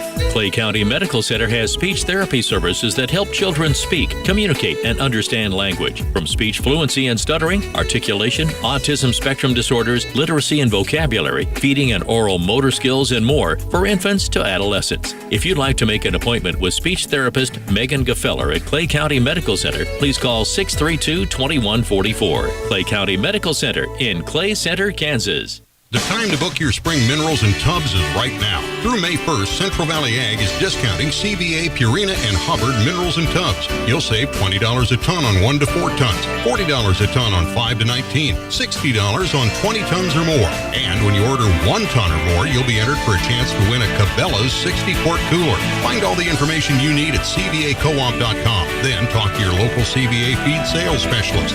You and Central Valley Ag, growing agriculture together. Lady Tigers lead 13-11 as Riley County fell behind by 7 a couple of times. Lady Falcons, though, making a push. They've got it within 2. Yeah, they have, and they've moved the ball pretty well themselves on a couple of occasions to open up a 3 and happen to knock it down. So it's kept them in the game. Tigers' defense has kept them in the game, you know. So this is gonna be one that may go all the way to the end. Addie Mullen with it out deep. Clay Center with the basketball. They lead it by 2, 13-11. Midway point, second quarter. Mullen out deep. They'll send Maddie Craig to the corner right. Lexi Libby is back in. Aaron Hamill, Clara Edwards out there as well. Here's Hamill in the corner left. Ball fake to the short corner. Maddie Craig back to Hamill. Now to Mullen. 3:44 remains in the opening half. Clay Center leading by 2. Craig in the corner right has hit 2 threes. Kicks it back out deep for Mullen. Now right on the wing. Libby in the corner. Maddie Craig, 3-ball on its way. Good release. Just strong. Rebound comes away to McGuire of Riley County. The Clay Center got another good look for 3. They've had trouble getting any looks inside the paint outside of Clara Edwards with a couple of opportunities. 13-11, 3:15 to go, second quarter. Riley County with the basketball. McGuire gives it outside to Vargo. And we have a blocking foul against Maddie Craig. It will be her first. Possession goes to the sideline. Riley County called for 5 first-half fouls thus far, and Clay Center with 3 first-half fouls. They'll inbound from the sideline, Riley County. Clay Center man-to-man. 3:09 to work. That foul on Maddie Craig, her first. Left and deep, Vargo hit a 3 just moments ago. Now right it goes to Brummett. Dribble drive right side. Slides through a defender. Cannot get the shot, but does get a chance to go to the stripe and shoot 2. That foul, I think, on Aaron Hamill. Yeah. They get Clara Edwards, didn't they? No, it is on Hamill. 33. That is her first. I even thought maybe it was on Addie. I couldn't tell. She was slicing through from the baseline, and she went among 3 different people there. Into a crowd by Brummett. Very talented sophomore for Riley County. First free throw is off the mark. Clay Center keeps a 2-point lead, 13-11. Addie Oliver back in. Thompson gets a breather for Riley County. So the Falcons have Vargo, McGuire at the line, Brummett, and then Burton and Oliver on the floor. The Lady Tigers, Haley Franson set to check in following this Brummett free throw, should she make it, and she does. Brummett now with 3 points. The first points for Riley County other than a 3-point shot. And it's a bucket by Brummett she had earlier in this free throw. 13-12, Clay Center leads by 1, back with possession, 2:50 to work. Clay Center went up 7 at the end of one quarter. Looked like they were on a roll. Here's Hamill in the corner. Fake on the three. Back in the corner, Mullen. Addie will ball fake it. Puts the dribble down. Now toward the paint. Kick in the corner. Hamill's got a good look at a three-pointer. And it's strong. Rebound weak side to Edwards. Clay Center keeps possession with 2.5 to go first half. Here's Mullen. Three ball at the point. Yes! The Tasmanian Devil has her second free ball. Clay Center up 4, 16-12. Drive right side, Vargo. Back out deep it comes. Burton beyond the arc. Looks at it. Now goes right elbow to Oliver.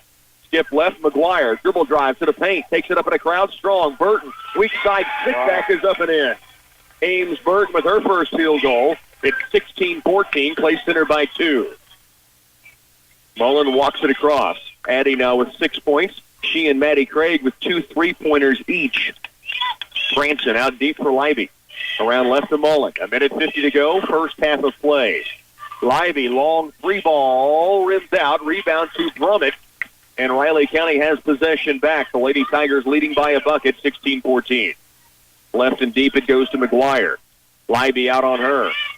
To the post. Oh, great anticipation by Mullen. And then she is fouled. Addie Mullen. A whirling derby here, a whirling derby there, and then boom, all of a sudden she pops up with a steal. Oh, she set that up perfectly, too. She saw that pass was coming in there, and she baited him, and she just cut in front. And then there's a frustration foul right after that against her. Addie Oliver picks up her first. 16 fouls, so the next one will put Clay Center at the line for a 1-and-1. 90 seconds left, first half. Clay Center leading 16-14, back with the basketball. Craig has it right wing and deep to the corner. Franson left alone, does not trigger. Back to Craig. Maddie's hit 2 threes in the ball game. Both came in the first period. Maddie looks left. Now goes back in the corner right to Franson. Trying to find Hamill. They do in the corner. 2-pointer up, short. Rebound, tipped by Edwards. And a foul is going to be called. Clara picks up her second. 1:07 to work. It wasn't much, but the first one she poked at the basketball. I think it was a second effort when she came back across. They called the foul on. Jaden Crimmins will come in for Clay Center. And Edwards will come out with 1:07 left and 2 fouls against. Riley County has the basketball. Sarah Thompson will work it up the floor. Crimmins in with Craig, Mullen, Franson, and Hamill. 1 minute left, first half. Clay Center by 2. A battle here between these two teams that know each other so well. Now a bumping foul on the drive by Vargo. It goes against Jaden Crimmins. It'll be Riley County's basketball on the sideline. 55 seconds to work. Now both teams with 6 fouls. Both will be in the bonus on the next whistle that goes. That foul on Crimmins. Jaden picks up her first. 16-14. Here still by Craig, and a foul called. Eddie Craig can't believe it. It is a real ticky-tack now the last 3 calls, even on Riley County's end, I thought. After they'd really let him go at it for most of this first half. Well, early on, they set the tone, right after the tip of the ball, and first several possessions, it was pretty rough out there, and nothing called. And Maddie tightened up. Maddie turned around. She said, "I touched the ball." And now there's a jump ball situation in the lane. Aaron Hamill had the rebound. Brummett went right up over the top. They call a jump ball instead of a bump. It will be Clay Center's basketball, though. They still lead by 2 as that free throw was missed on the front end of the 1-and-1. Well, and this could be the last possession of the half because Clay Center's had some long possessions where they've really moved the ball a long time before they went to the bucket. I wouldn't be surprised if Clay Center gets up by 7 at some point again. Not saying they will. They'll just come out and hold the basketball and make Riley County either play man-to-man or they'll milk the clock down to nothing. 30 seconds left in the first half. 16-14 ball game. Addie Mullen just controls the dribble out deep. Down to 23. And Clay Center with the lead will just hold on to a final shot, see if they can increase it before the halftime break. Now, Coach Oliver does not want to play this team man-to-man. Nobody does, to be honest. Down to 10 seconds, and now they'll set it in motion. Starts right.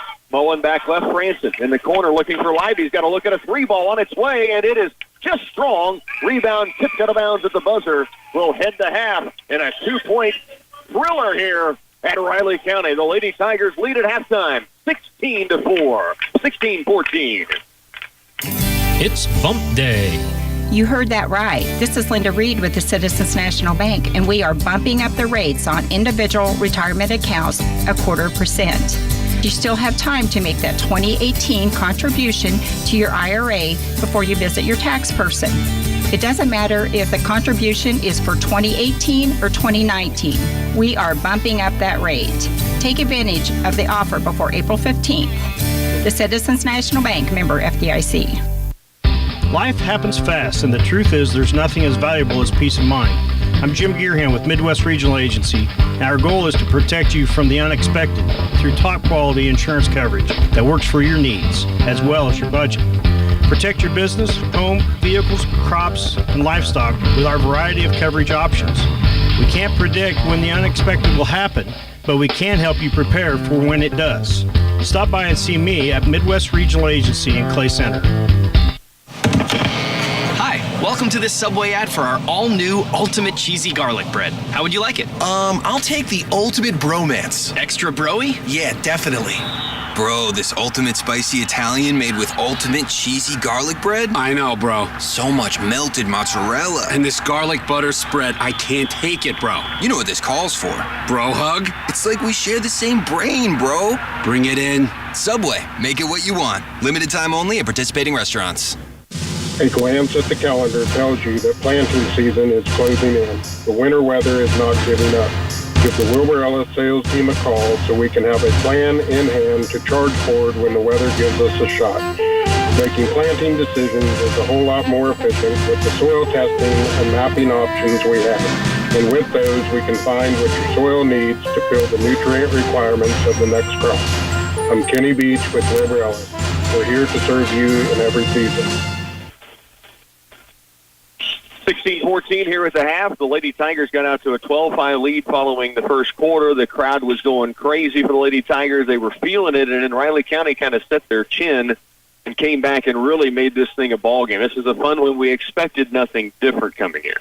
No, it's totally what we expected. We just we were hoping to be up by a few more points at half, but the only thing that's important is to continue the season when the game ends, you know. But I expected a tremendous defensive game on both sides of the ball, and that's what it turned into, and especially the second quarter. It did. Well, 16-14. It's probably what both coaches like. It's not what the players like. They want to go score, but they love to play defense. Coach Harold Oliver, well-known. Jeff Edwards, he says it, himself in pregame. He said this year they've put more points on the board than he's usually comfortable with, but it's the kind of style they like to play. They had the lead, and Riley County back in that zone defense, and then they let them get back in it. I really believe, I would not be surprised if Clay Center could get up by even 5 or 7. Again, they'll pull the basketball out and dare Coach Oliver to stay back in a 2-3 zone. That's just me trying to mind read both sides of the gymnasium. I mean, and you know these two coaches pretty well, and that wouldn't surprise me a bit, you know, if that were to happen. Lady Tigers lead 16-14 at halftime. Again, Hanover Lady Wildcats winning 55-34 earlier. Hadley Stahlbomber led the way with 13 points. Macy Debley was really held in check through much of the ball game, but scored 8 second-half points. And so Hanover's headed to Dodge City. They know they'll be in the state championships. The Hanover Wildcat boys hoping to join them. They're about 7 minutes away from the starting lineups there at Clay Center. We'll be getting live look-ins. And once this game goes final, we'll take you back over to Phil Casper with the call on the Hanover Wildcat boys trying to go back to state once again. Riley County has an opportunity with two teams as a chance to go to state. The Falcon boys will take on Beloit here in the second game at Riley County. Stay with us. We'll have more halftime coming up from Riley County. Lady Tigers leading 16-14. Hey, folks, since we've added our new display lot downtown Clay Center, people are saying we have the best deals on Highway 15 and 24, and we think so too. So give us a chance to earn your business, and just for coming in, we're going to buy you dinner at the 1524 Brew House. That's right, just give us a chance and we're going to buy you lunch. So come out and see us. You got nothing to lose. You're going to get a great deal and a great meal. So come see us at the Green Team in Clay Center. A missed dose of medication due to not refilling a prescription can have serious side effects on your health. Eliminate the need to call in multiple prescription refills with the MedSync program, available through Patterson Health Mart Pharmacy. Your pharmacist will coordinate the prescription refills so you can pick them up on a single day each month that's convenient for you, and you'll never run out of your medication again. Patterson Health Mart Pharmacy in Clay Center, Abilene, and Salina, putting the care back into healthcare. case of truck emergency or minor breakdown, it's important to know that TSI Kansas is just a phone call away. Request 24/7 roadside assistance from tires to engine problems or brakes. We offer on-site computer diagnostics for most makes of engines and transmissions. Whether it's rural scenic roads, busy city streets, or highway, you can rely on TSI Kansas Incorporated. Call 785-632-5183 and ask for the shop. Many seed companies claim to offer the latest genetics, but how many have tested those genetics in soils just like yours? The Oldie Seed Know to Grow research program has fully tested the latest seed genetics in soils that are right in your neighborhood. The Oldie Seed Know to Grow program can recommend the best performing hybrids from technologies like Enlist, Extend, and LibertyLink that will optimize the yield and profit of every acre on your farm. Contact Oldie Seed today.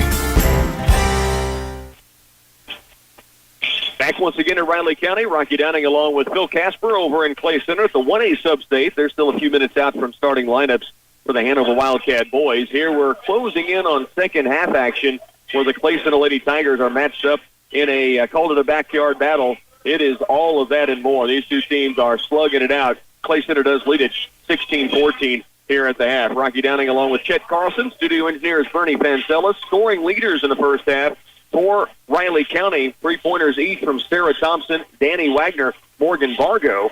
3 points also from Jesse Brummett on a bucket and 1 of 2 at the stripe. Ames Burton would have 2 points in the game. Riley County 1 of 3 at the free throw stripe.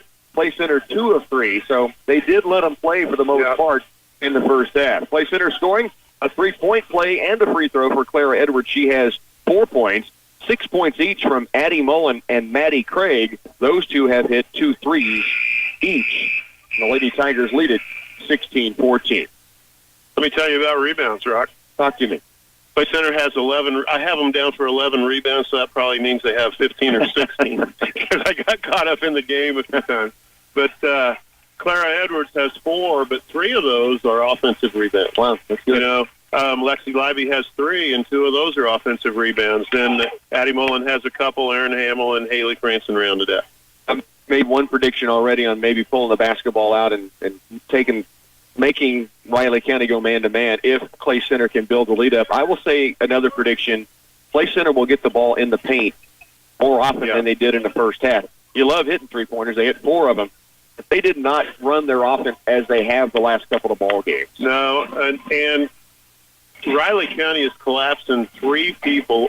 If they even act like they're going to pass the ball down to Clara Edwards, they collapse 3 people on her. That's why she had a 3 seconds called on her. She couldn't get out of there. You're right. She was trapped in there, as you said. But, yeah, I mean, so that leaves other opportunities. There's other gaps in that zone I think they're going to try to find in the second half. It's a good one here in Riley County. Lady Tigers lead it by 2, 16-14. Second half coming up next. The time to book your spring minerals and tubs is right now. Through May 1st, Central Valley Ag is discounting CVA, Purina, and Hubbard minerals and tubs. You'll save $20 a ton on 1 to 4 tons, $40 a ton on 5 to 19, $60 on 20 tons or more. And when you order 1 ton or more, you'll be entered for a chance to win a Cabela's 60-quart cooler. Find all the information you need at CVACoop.com. Then talk to your local CVA feed sales specialist. You and Central Valley Ag, growing agriculture together. Defend, rebound, pass the ball, and score. Basketball's a simple game. Insurance is too when you turn to me, your local Farm Bureau agent, Justin Tadman in Clay Center. I'm your go-to agent for farm, auto, home, life, and business insurance. So no matter what life brings, you'll be ready with a game plan that meets all your coverage needs.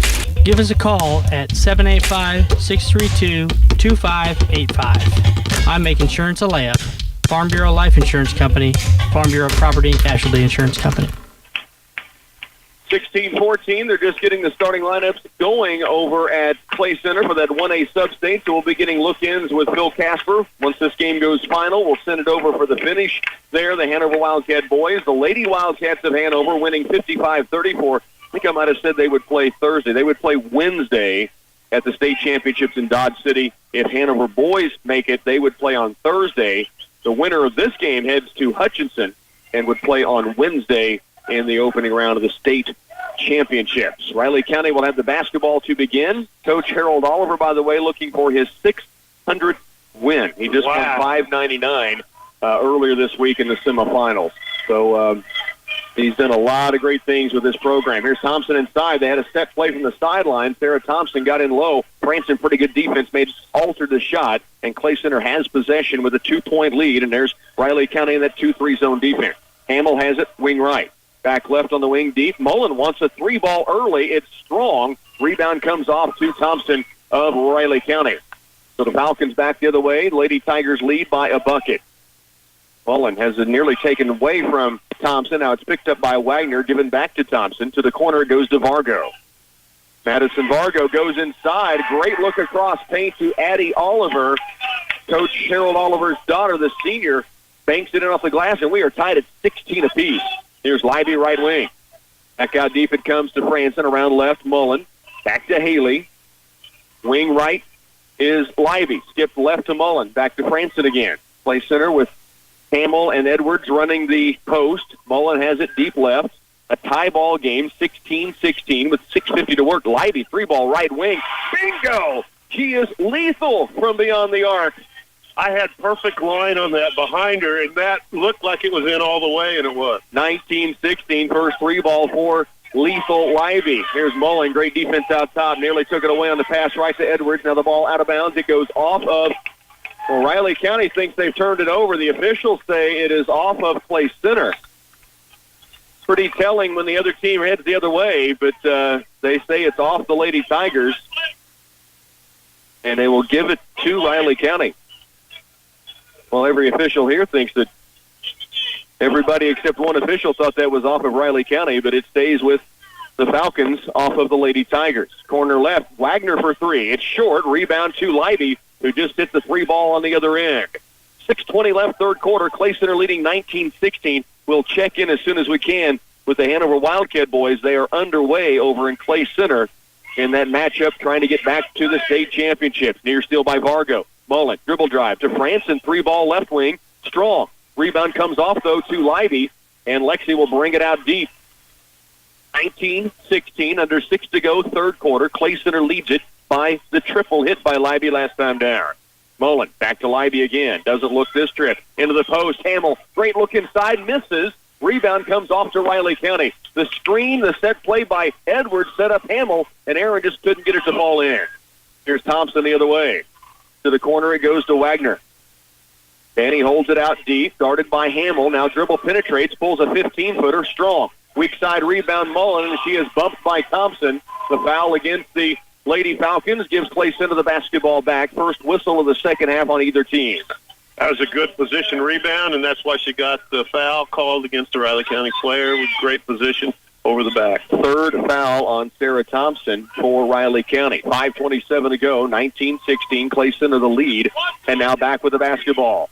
Here's Mullen out deep. Left on the wing, it goes to Franson. To the corner, Libby, a look at 3. She hit her last one. It's strong. Rebound goes off of Riley County, and Clay Center will keep it down low left of the window. It will be inbounded by Addie Mullen. 19-16.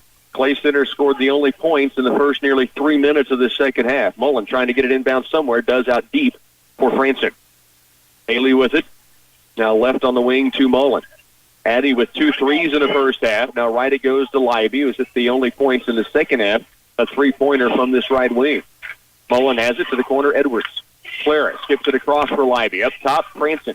Haley fakes left, now back to Libby. A good look at a 3-ball, same spot, same result. 2 3-pointers for the lethal one from outside. This is just a 3-point game. It is. It's crazy. That is now the 6th 3-pointer for Clay Center. Vargo has it left. Strip away by Mullen. Out of bounds to Riley County on the sideline. Wow. 6-point Lady Tiger lead. 4:40 left here in the third, and Lexi Lethal Libby has caught fire in this third quarter. She scored all 6 points. That's for both teams combined on 2 3-pointers. Riley County has it. McGuire hands it off to Oliver. Addie stops out deep. Near steal by Franson. McGuire dribble drive to the corner. Brummett, the sophomore, dribbles to the paint and is a blocking foul against Edwards. That'll be her third. 4:27 remains, third period. Riley County attacking the window and got the blocking foul on Edwards. Again, the third on the sophomore. McGuire will inbound from the baseline for Riley County. Looks in the corner. Now back out deep to Thompson. Libby on her. In the corner it goes to McGuire. 4:23 left, third period. Clay Center with a 6-point lead, 22-16. Right side wing, Vargo. She will drive and a double team with Hamill and Mullen, and a reach-in foul is going to be called. Whistle against Clay Center is now their third team foul of the third period. Second foul on Mullen. Burlingame off to a 4-0 start against Hanover. That's very early in that ball game. Again, Mullen picks up her second foul. Second team foul against Clay Center. One whistle against Riley County in this third.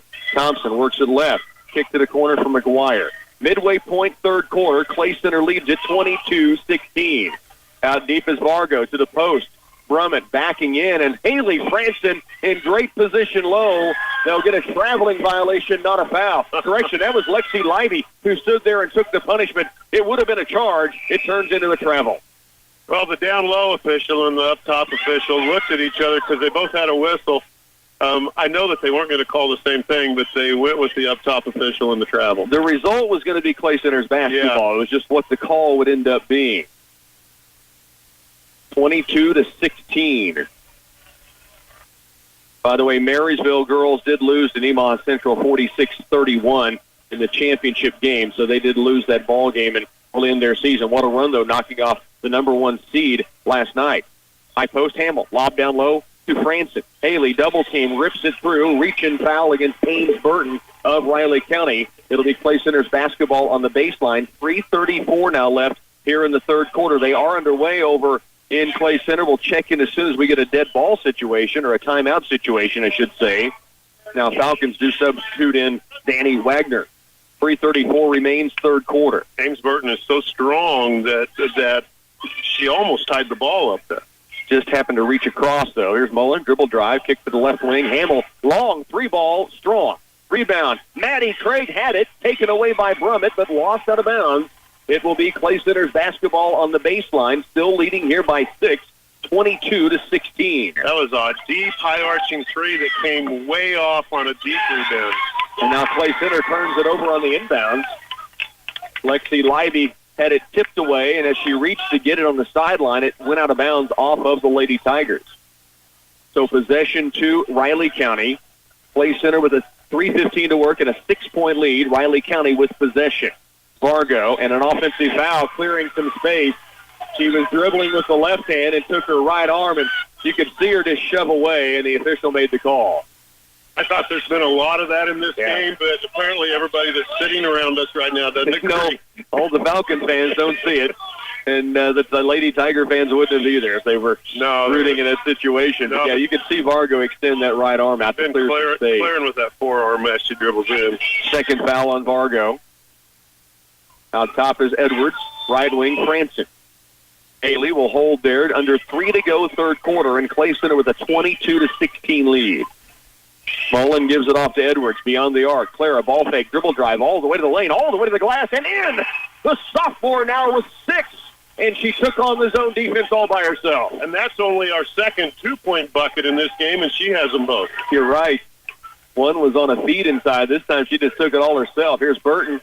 Stick back try inside over Hamill off glass. No. Edwards clears the board. Long down court pass. Mullen one-on-one with Brummett. Crosses over. Left side lay-in. No. Rebound. Edwards tries to keep it alive. And now Thompson has it for Riley County. Clay Center leads by 8. 2:20 to work here in the third. Out deep. Wagner a good look at a 3-ball. It's short. Long rebound. Mullen. Addy up the left side. Cord paint. Picks it back out deep. Looking for Franson, and the defender got in the way, and it goes out of bounds off of Clay Center. 2:09 left third quarter. The Lady Tigers lead here 24-16. Well, I have a chance. Flip, get us an update on the score anyway real quickly.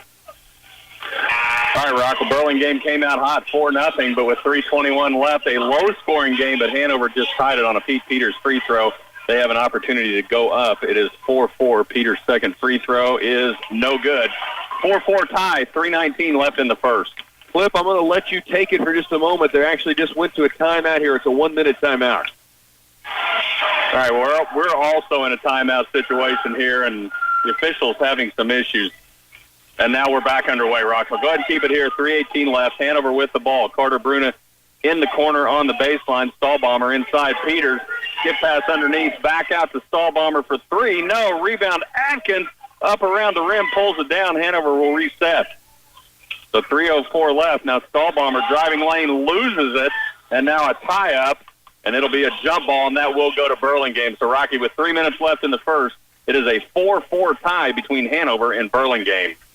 All right, Flip, we appreciate it. Late third quarter here. Clay Center's open up an 8-point lead, 24-16, and a timeout here on the floor. We'll keep it right here at Riley County High School.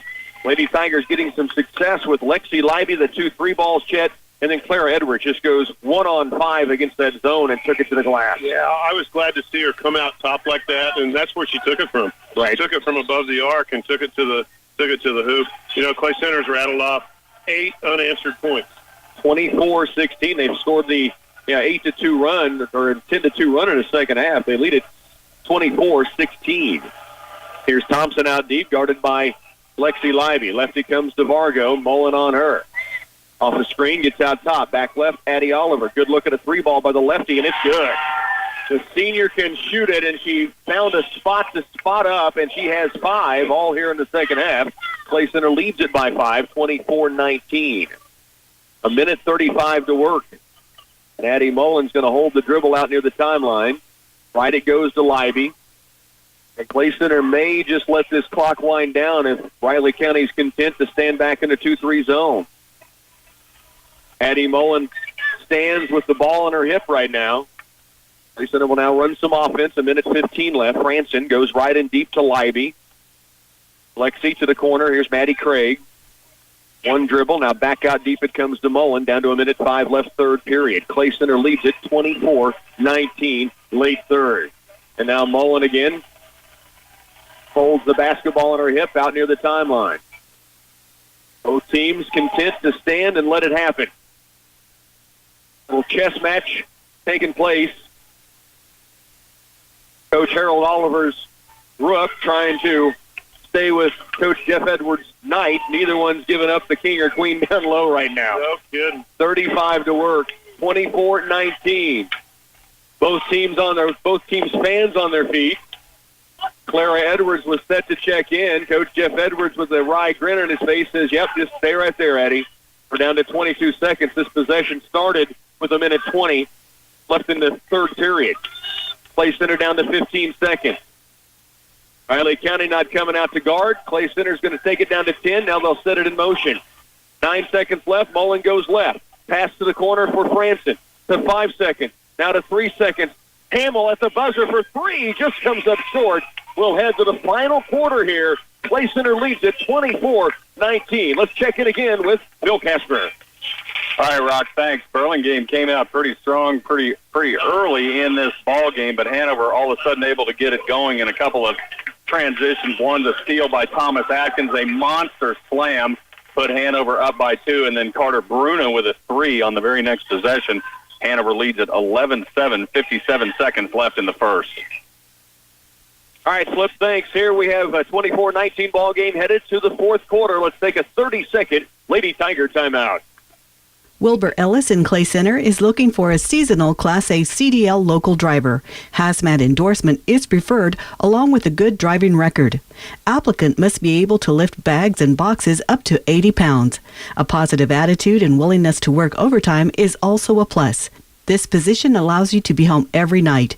Again, this position is for a seasonal Class A CDL local driver. If this sounds like something you could do and are interested, apply online at wilburellis.com.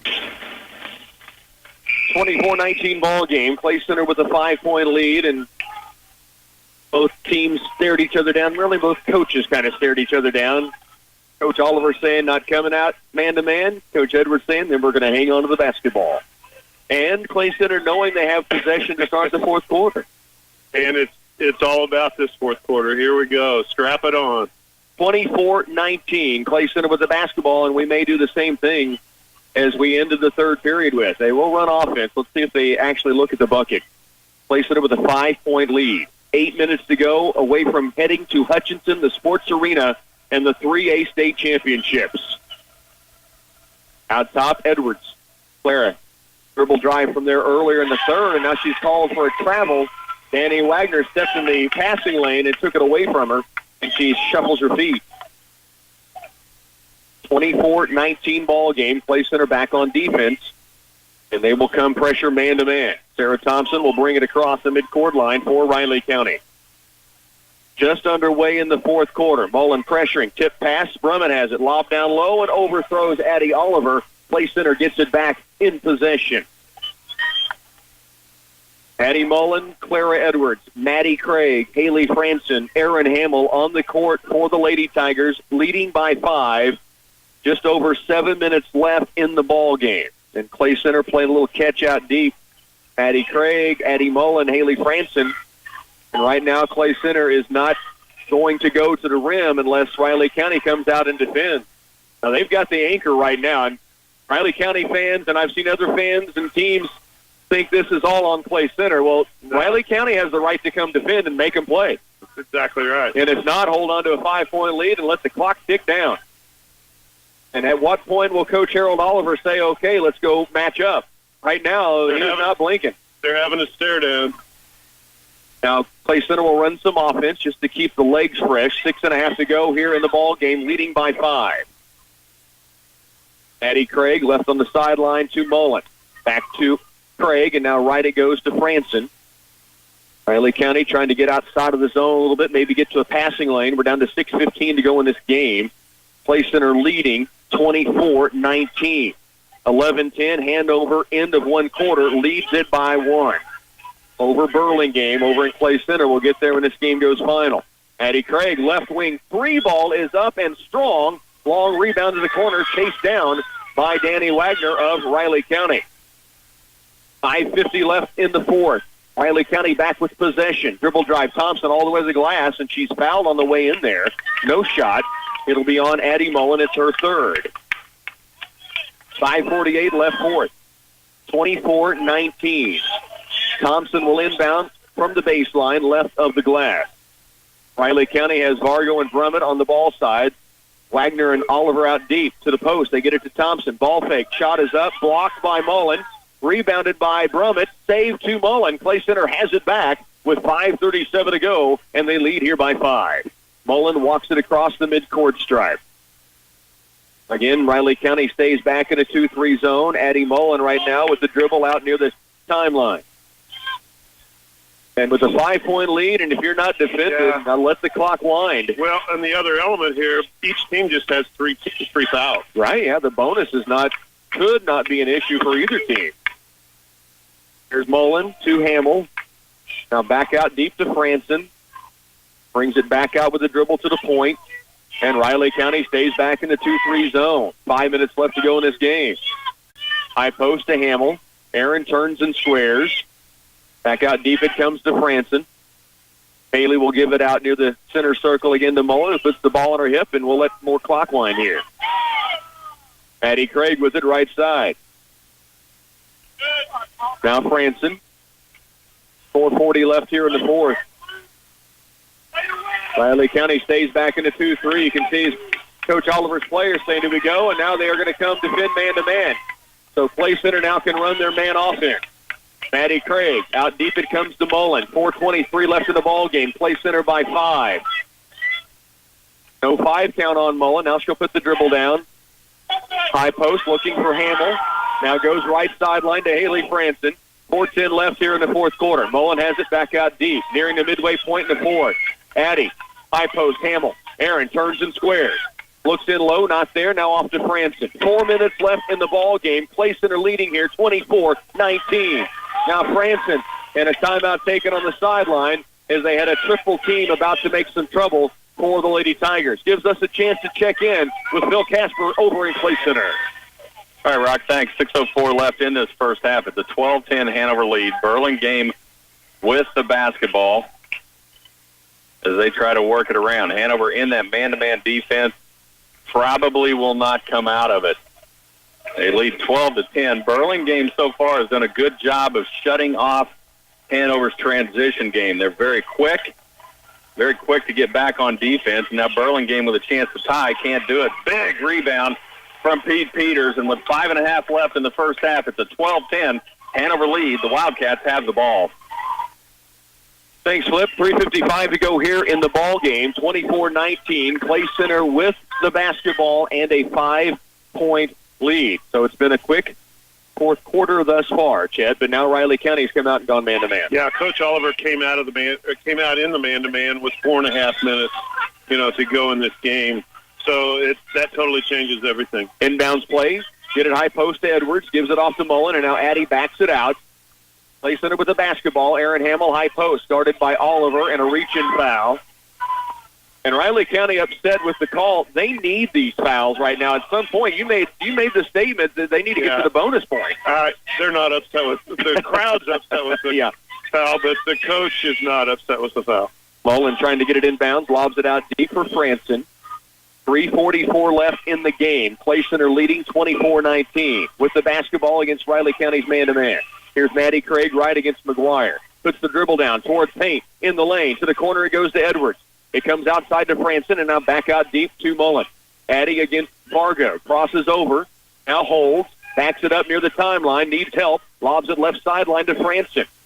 24-19. Lady Tigers lead it. 3:15 now left in this game. Here's Mullen. Toward the left. Toward the lane. Kick out right corner. Craig fakes the three. And now she double dribbles with the basketball.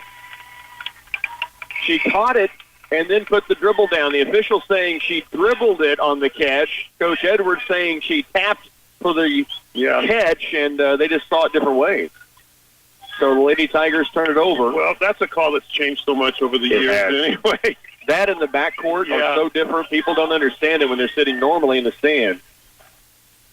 Left sideline it goes now to Vargo. 3 minutes left in the fourth. Out top, Oliver. Lob down low. Here's Brummett in the lane. Shot is up and good. And a timeout taken by Coach Oliver. 30-second timeout. 2:56 remains.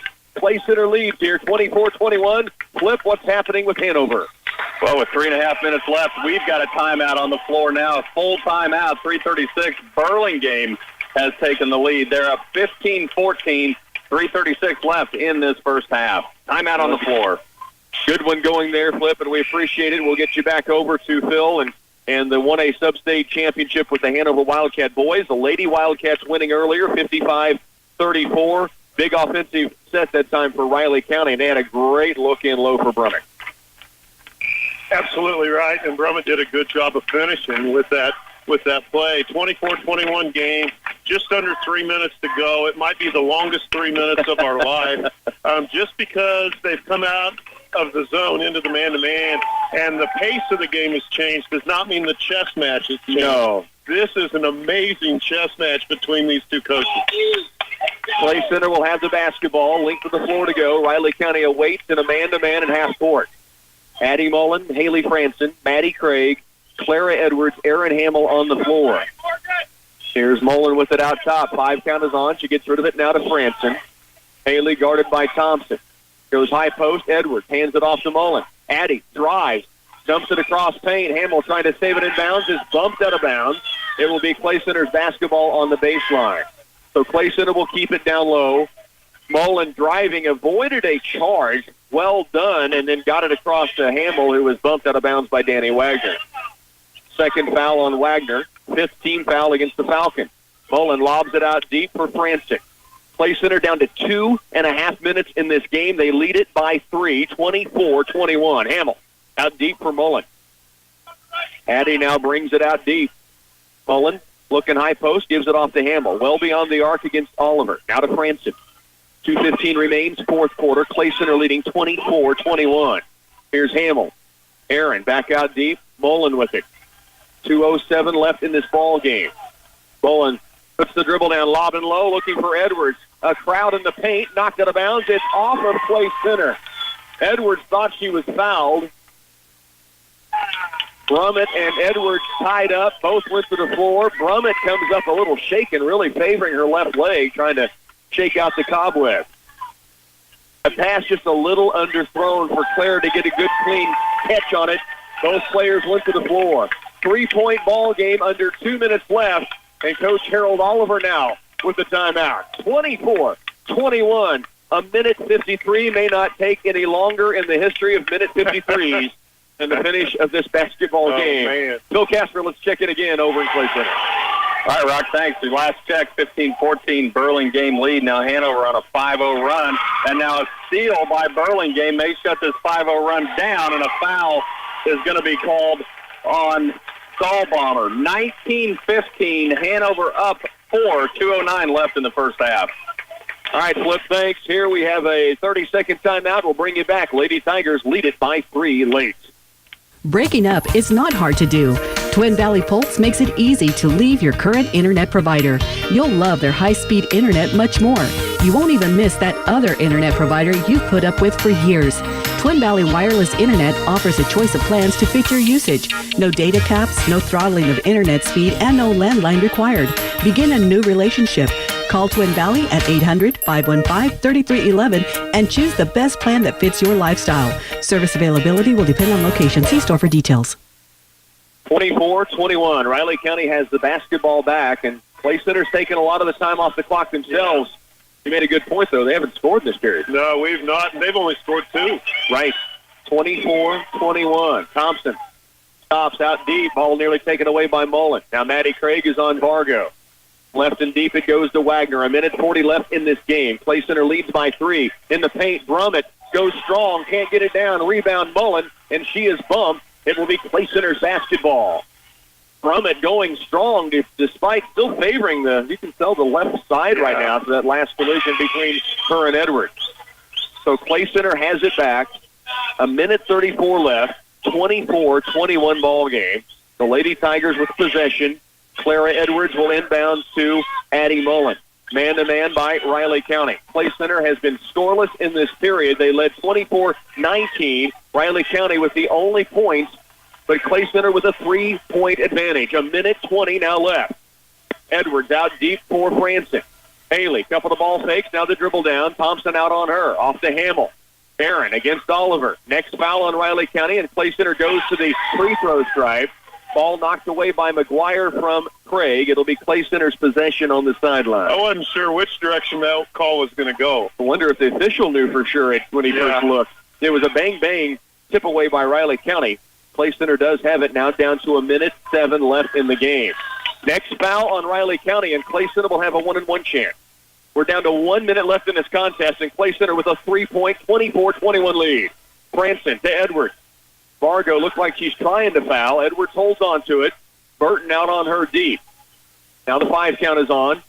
Claire will put the dribble down, break the 5 count. 45 seconds left, and a timeout taken by Coach Jeff Edwards. Wow. So Lady Tigers are 44 seconds away from a 3A state championship appearance. They lead by 3 with the basketball. Let's check it again with Bill Casper. All right, Rock, and Hanover is really taking advantage of some Burlingame miscues right now. Now, a foul on the floor is going to send Dawson Sedlacek to the line shooting 2. 52 seconds left in the half. 23-17, Hanover leads.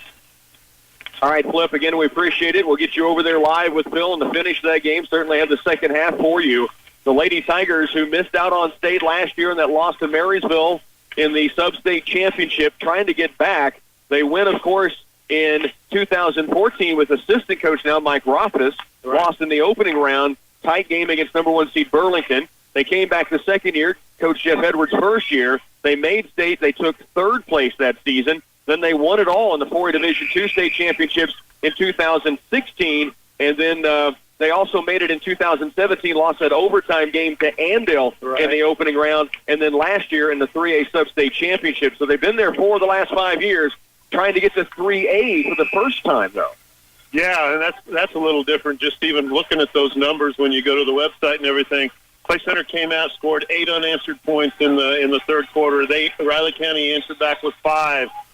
Air got taken out of the ball. This is going to be a fiery crash at the end somehow. 40 seconds remaining. Clock is ticking. Addie Mullen with the dribble. Between the legs, now crosses over. High post to Edwards. 3-point ball game.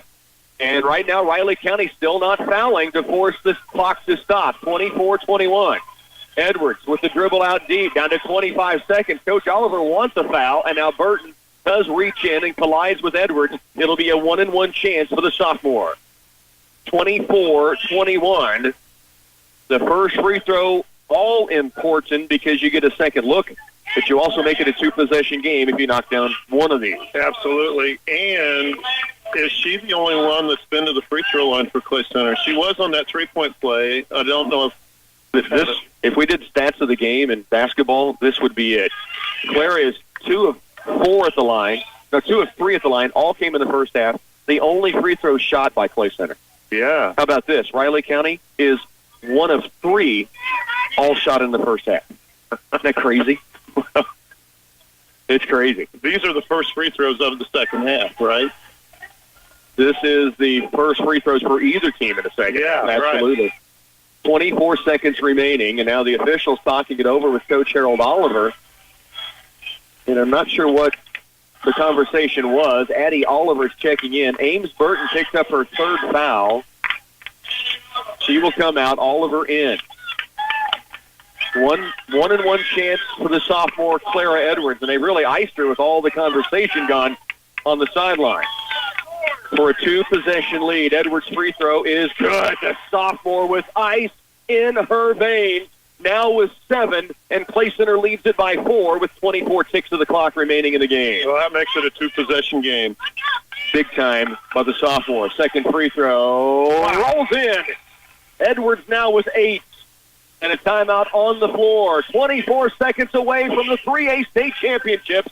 Clay Center leads it now by 5. Let's take it over again to Phil Casper. Well, we're at halftime here, Rock, 24-19. It's been an entertaining game. Carter Bruno leads the way with 7 for Hanover, 9 for Montana Griffin of Burlingame. 24-19, halftime, Hanover leading Burlingame. Well, a good one there between the 2 top seeds in that 1A Substate. We'll get you over for the finish of that when they go to the second half. The game flip is the score we just had a moment ago. We were 24-19. It's 26-21 now. That was beginning the fourth quarter here. Yeah. They're at halftime there. So, yeah, a couple of good ones going on.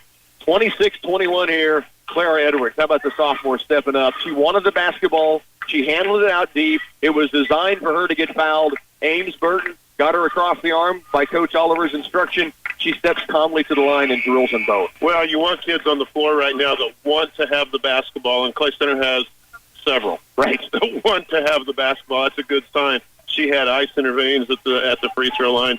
First one, a swish. The second one was a swirl job that took about 3 rotations before it went through the net. It finally flushed in there, though, didn't it? Oh, man. Like a drain emptying. It fell through the net, and Clay Center has a 5-point lead. 24 seconds left. Pressure down the court by Clay Center, just making them take time to get it across. Midcourt stripe. Sarah Thompson off to Addie Oliver. Can't get a 3 away. Skip pass in the corner. Wagner. 3 ball up. It's short. Rebound. Clara Edwards clears it, and then it's knocked to the ground. And they will call a traveling violation with 11 seconds left. Wow. Edwards with a wry smile. That's Clara, not Coach, after that call was made. 26-21, 11 seconds remaining. It'll be Riley County's basketball when we bring you back here in this 3A Substate Championship. Protecting your personal identity and bank account is a challenge when everything is asking for your personal info these days. Here are the top 5 things you can do to prevent fraudulent activity.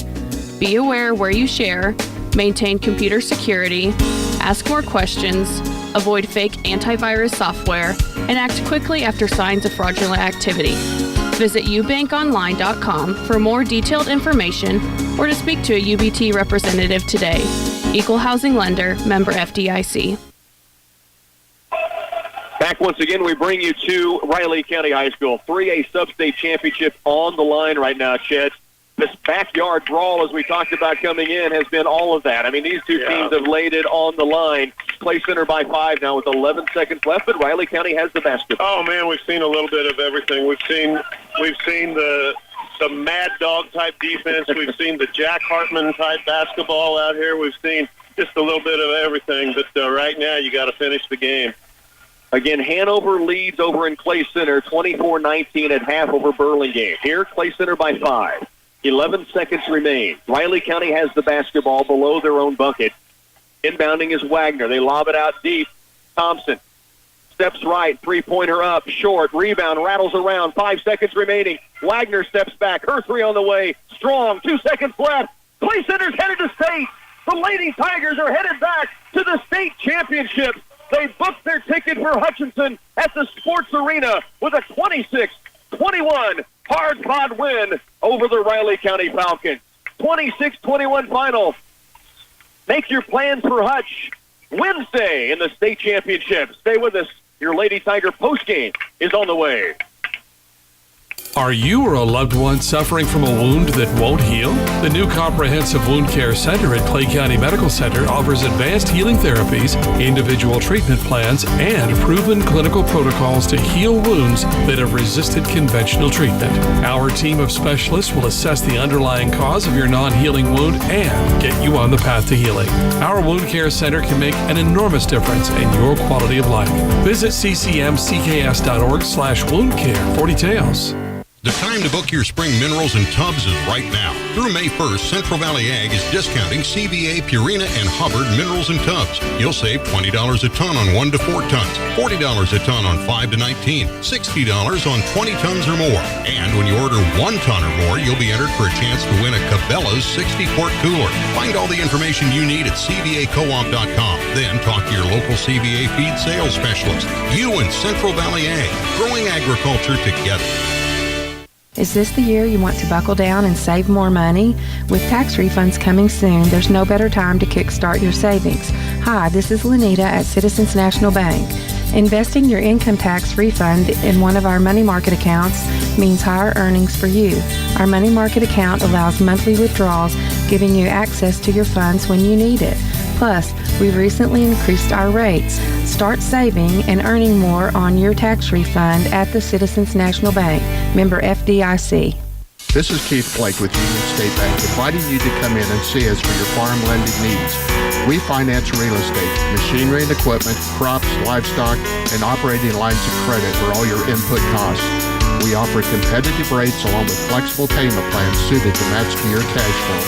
Give us a call or stop by the main bank and let us show you how we can finance your entire farming operation.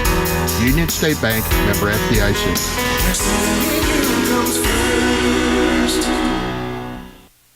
26-21 ball game. The Lady Tigers find a way to hold on, and what was truly a battle, a brawl. I mean, a bruiser. These two teams just came out and slugged it out, and Clay Center's the last one standing, I guess. That's a great way to put it. You know, this was the game took an interesting turn in the second half, and you predicted it. You know, you predicted it at halftime, but it just changed the tension in the gym. It did. Yeah, you could just feel it. The slower the game got, the more intense it got, which doesn't always happen, but it certainly did today. And the Clay Center Lady Tigers are headed back to the state championship. It was not easy. Make no mistake about it. No. We do have a couple minutes before they'll head to the second half of the Hanover Wildcats. The boys leading 24-19 at half, so we'll have that second half finish for you on the way. Let's get you your scoring leaders in this ball game. Addie Oliver, 5 points, all in the second half for Riley County. 5 from Jesse Brummett, a 3-pointer each for Morgan Vargo, Sarah Thompson, and Danny Wagner. 2 points from Ames Burton. The Lady Tigers, it was Clara Edwards stepping up big.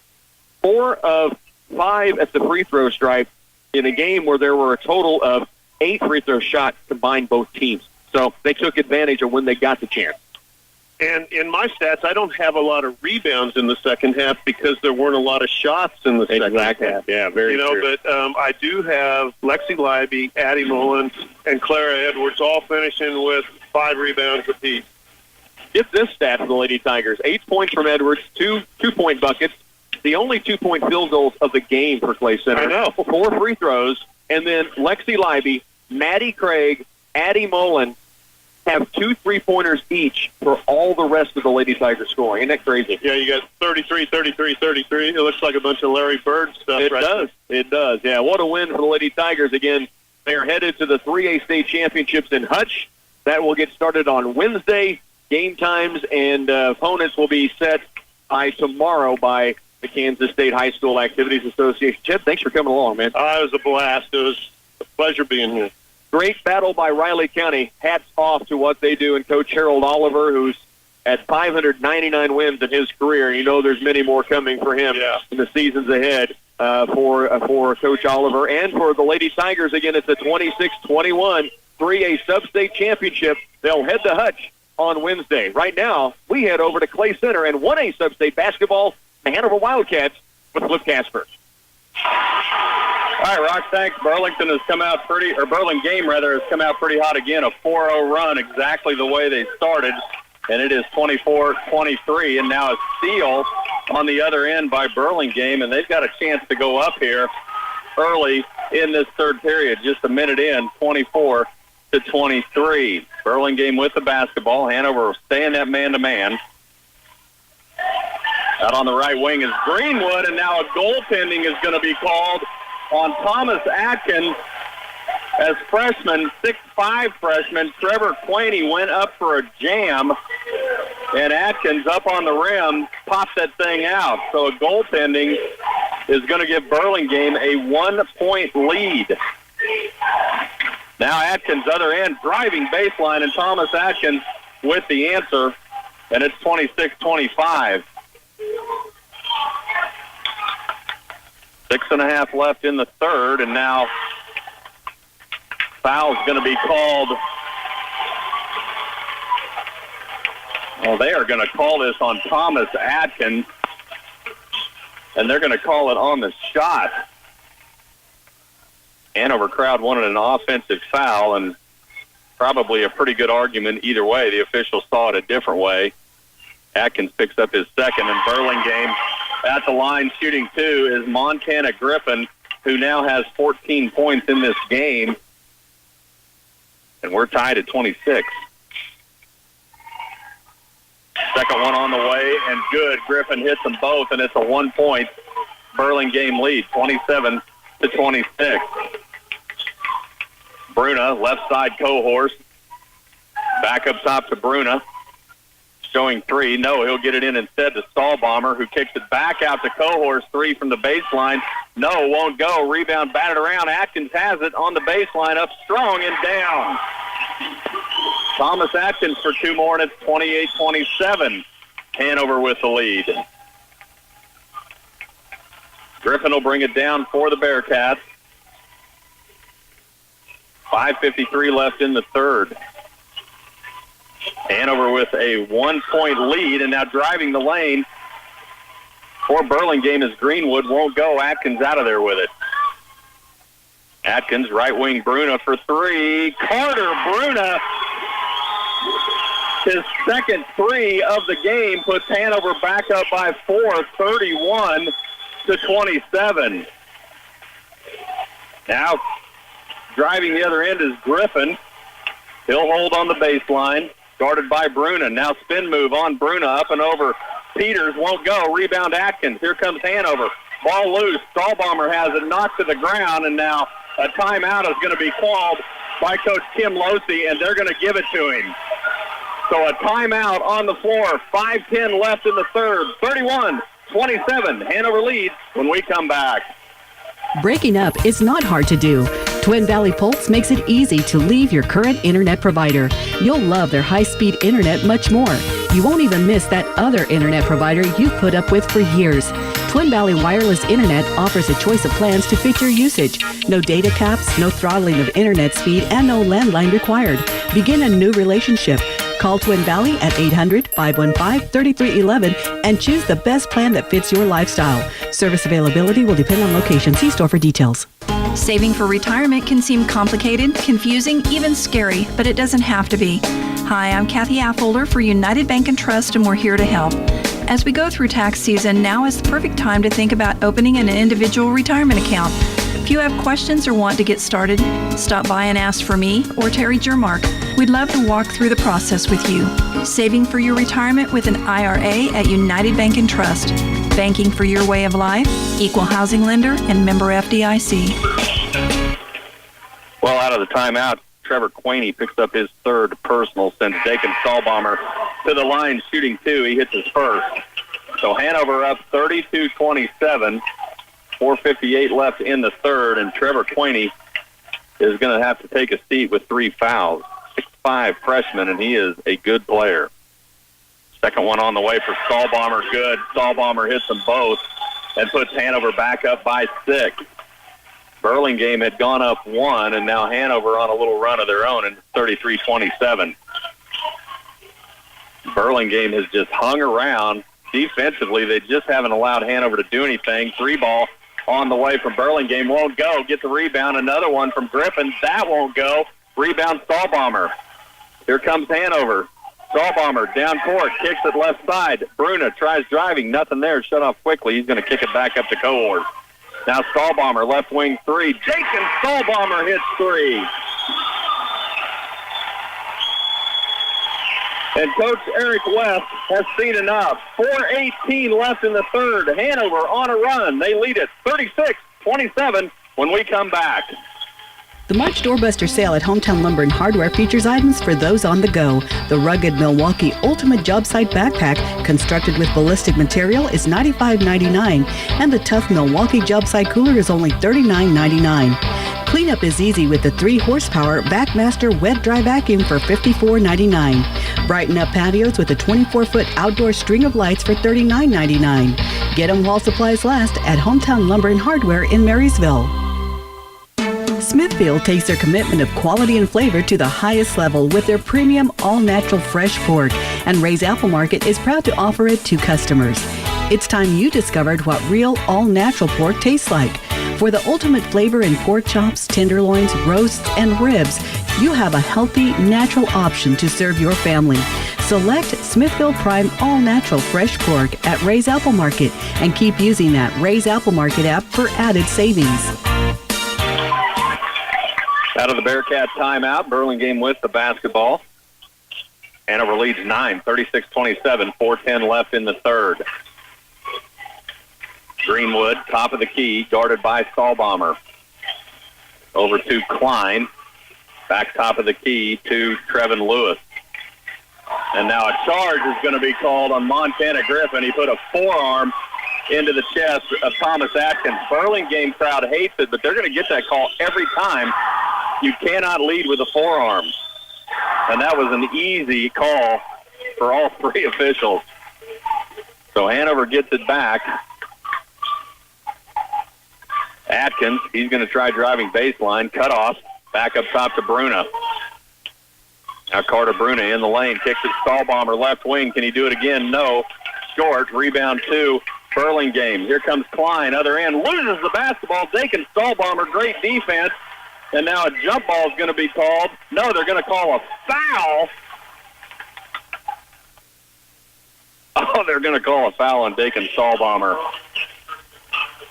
Great defense that time by Stahlbomber, and unfortunately picks up his second. Will be out of bounds to Burlingame. Inbounds to Griffin, up top of the key to Klein. Started by Bruna. He holds. Now he'll go left. Back up top to Greenwood. Klein on the left wing. Skip pass up top to Briggs. Back to Griffin. Now Griffin in the lane. Floater, strong off glass. Good rebound that time, Briggs. And now a foul is going to be called. This time, I think, on Cohorst. And all of a sudden, the officials have really tightened us up. Very little contact from Cade Cohorst. And Cade Cohorst just picked up his third, and he's headed to the bench.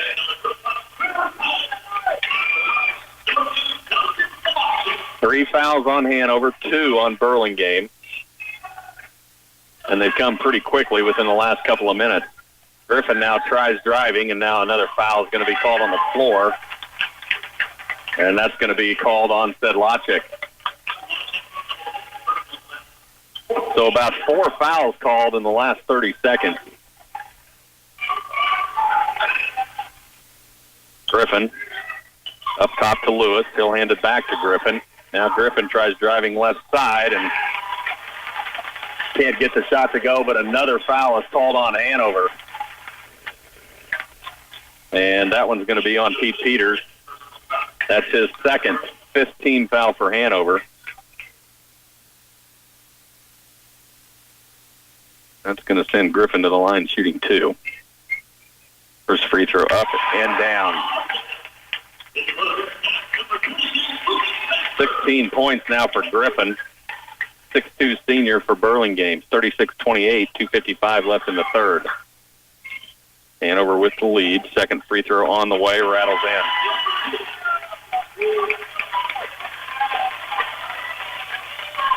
(36-29), Hanover with the lead. Atkins with it on the wing. Up top, Bruna, he's going to take an NBA range three. Carter Bruna buries it. And I mean, Carter Bruna was 3 feet and back in the top of the key on the three-point line. And Hanover's gone up double digits, 39-29. Largest lead of this game by either team.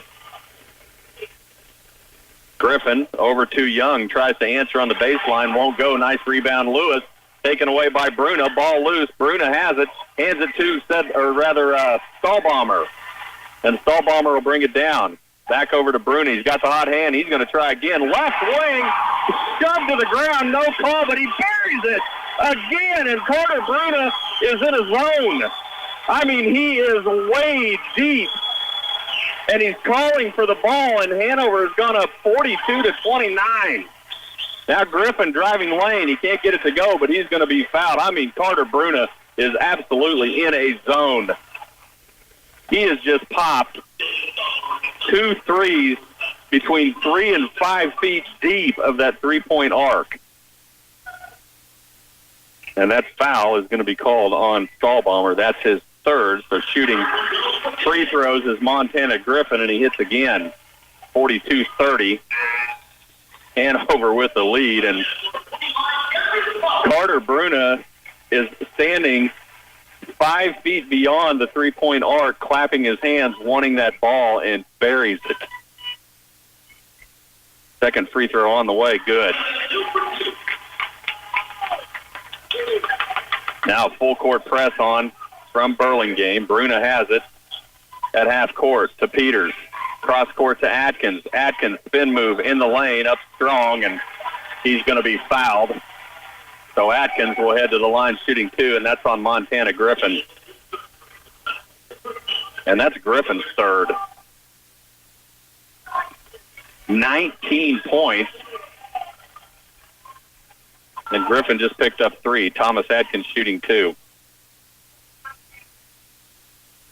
Atkins' free throw is good.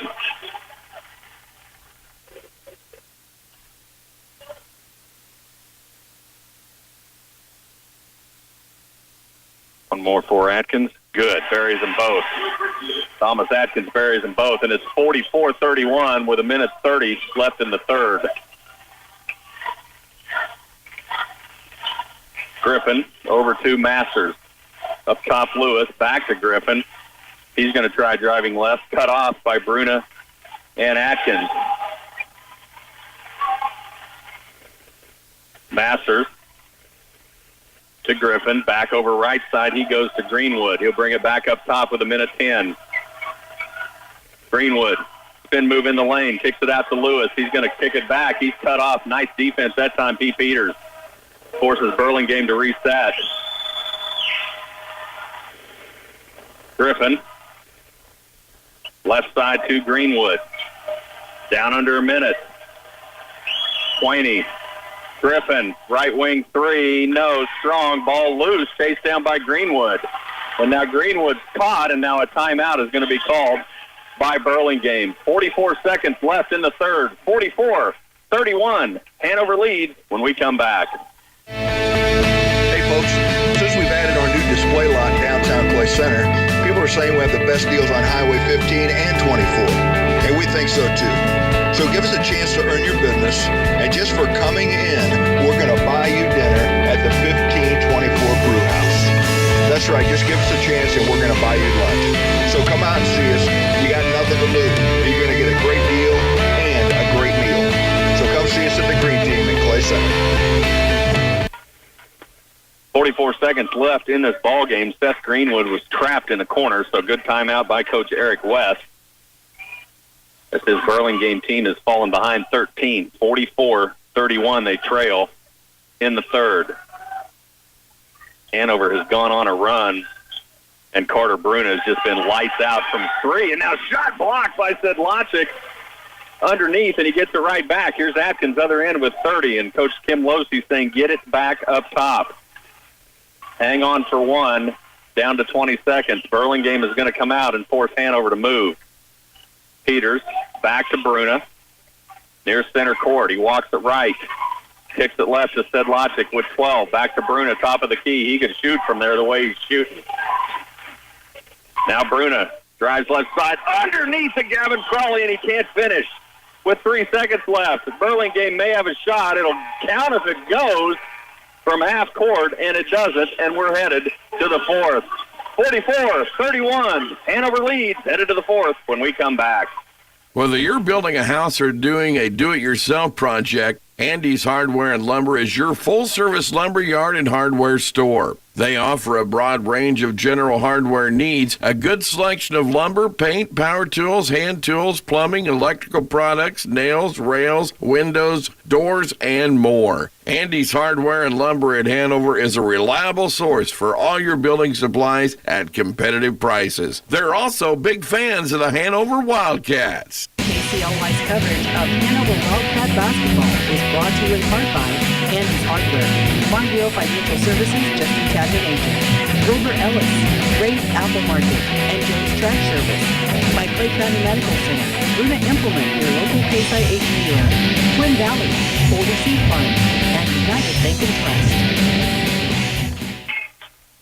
Well, it's been a wild one here in the Tigers' Den. Hanover starting to stretch this thing out, 44-31. Burlingame just came in with a game plan, and their defensive game plan worked well.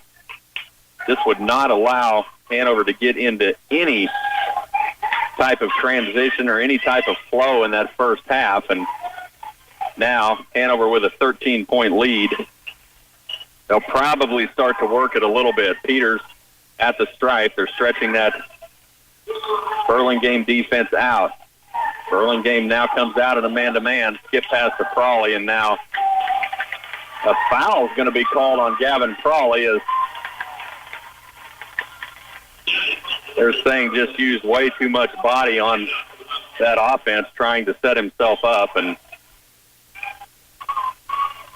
a turnover back to Burlingame. So Hanover was ready to start running some clock, but Crawley gets caught. Now a 3-ball. That's Griffin. That's well off, or rather Greenwood. That's well off the mark, right into the hands of Bruna. Here comes Hanover. Bruna in the lane, spinning. Bruna stops, hops, shoots, won't go. Rebound to Greenwood. Griffin down court with it, has it taken away by Atkins, but official will say Atkins got too much arm. And this will be 1-on-1. So Montana Griffin, 19 points. He's been big for Burlingame. He'll now shoot 1-on-1. Free throw up and good.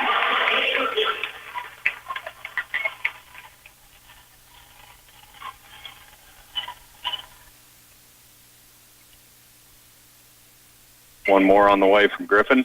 Good. 21 points now for the 6'2 senior. It's 44-33.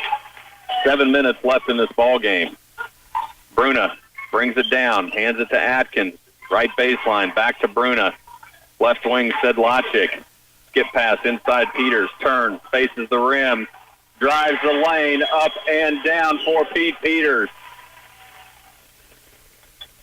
46-33. Hanover with the lead. Starting to stretch this out, but Burlingame will not go down without a fight. There's Lewis in the corner, banks one in for two. And Trevin Lewis, that is his first points of this game. 6'2 senior, one of the leading scorers of this Burlingame team, and he's been scoreless. There's Bruna. Can he do it again for three? No, that won't go. Rebound to Burlingame.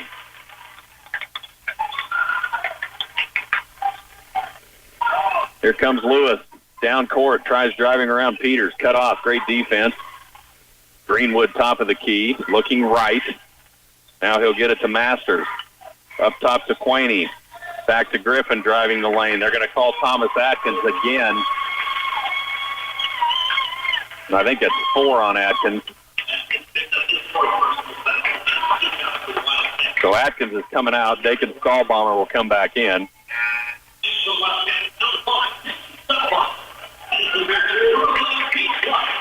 The Stahlbomber comes back in. Montana Griffin shooting 1-on-1. Free throw up Good.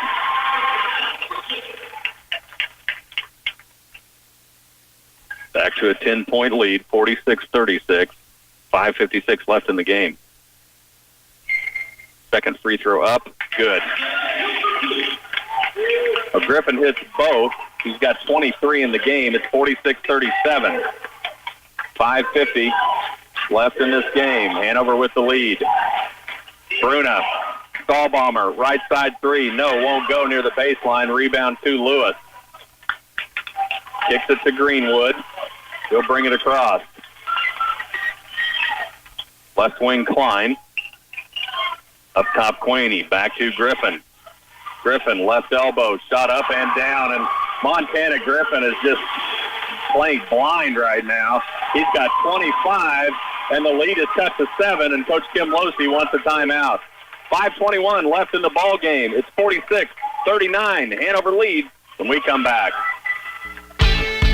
Area producers, planting season will be here before you know it. Now is the time to update your old planter with a pre-owned planter from Landmark Implement, your local John Deere dealer. We offer one of the area's largest selections of used planters, both mounted and pull-type. Right now, take advantage of special fixed-rate financing like 3.85% for 48 months to 4% for 60 months.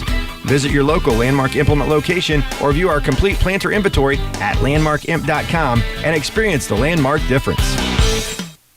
From basic residential electrical services to large contract jobs, Hanover Electric is ready to take on your project. They also repair and service any plumbing, heating, and air conditioning problems you may have. Whether it's an emergency, daily service call, or new system installation, they are prepared to handle your needs. Your business and friendship is appreciated, and they look forward to being your source of electric, heating, AC, and plumbing solutions. Hanover Electric keeps everything running efficiently. Well, Burlingame trying to make things interesting. 46-39. Hanover had opened up a 13-point lead, and now Burlingame all of a sudden right back in it with 5:14 left. Hanover with the ball. Inside Stahlbomber. Now foul's going to be called as Stahlbomber turning to drive the hoop. Foul's on the floor, and that foul's on Cade Klein. So just a 4th-team foul on Burlingame. Hanover will have it inbound. Bruna inbounds. Peters lobs it back underneath to Bruna, out of bounds. That's going to be Hanover, or rather Burlingame's basketball as that went off Carter Bruna. So Hanover a little out of sync right now, and Burlingame is taking advantage of it. 25 points for Montana Griffin. Lewis has it. To Klein. Looking inside, Lewis backing his way in. No, left elbow, it's Quaney. No, won't go. Rebound, Bruna. Bruna, right side, Stahlbomber. He'll walk it back left. Now he'll try to go inside to Peters, and Lewis comes up with it. He'll kick it back to Seth Greenwood, and Greenwood will walk it across with 4.5 minutes left in the game. Quaney to Griffin. Griffin tries driving lane, and now he took steps.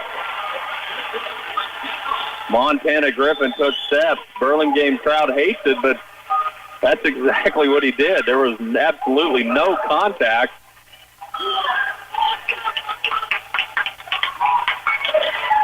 So Carter Bruno walks to the cross.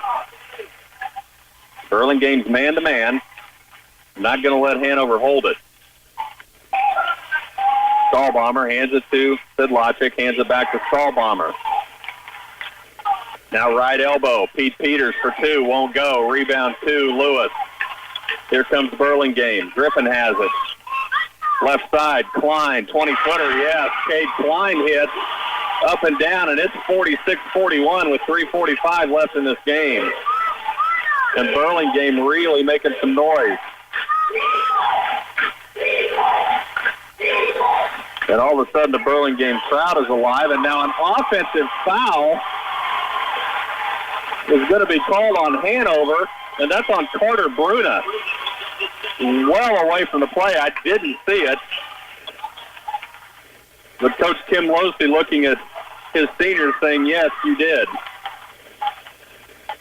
So with 3.5 left, we've got a 5-point game. Greenwood tries driving floater, has it blocked out of bounds. It'll stay with Burlingame.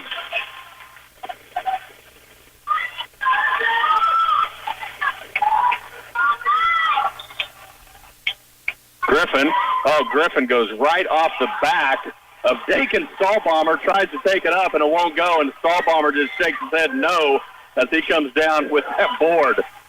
Now Stahlbomber's going to drive it other end, and the lay-in is good as Dakin Stahlbomber hits the deck and makes the shot, and it's a 7-point game, and now down court, ball taken away from Cohorst. There's Cohorst. Sedlacek up strong, and he's going to be fouled.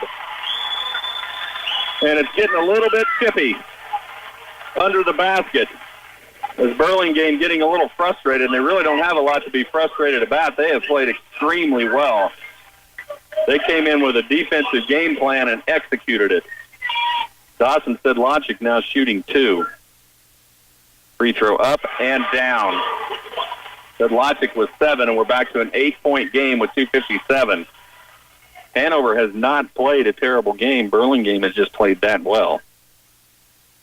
Second free throw up, strong, rebound loose, and it's going to go out of bounds, and Pete Peters into the bench hard, and that ball's going to stay with Burlingame.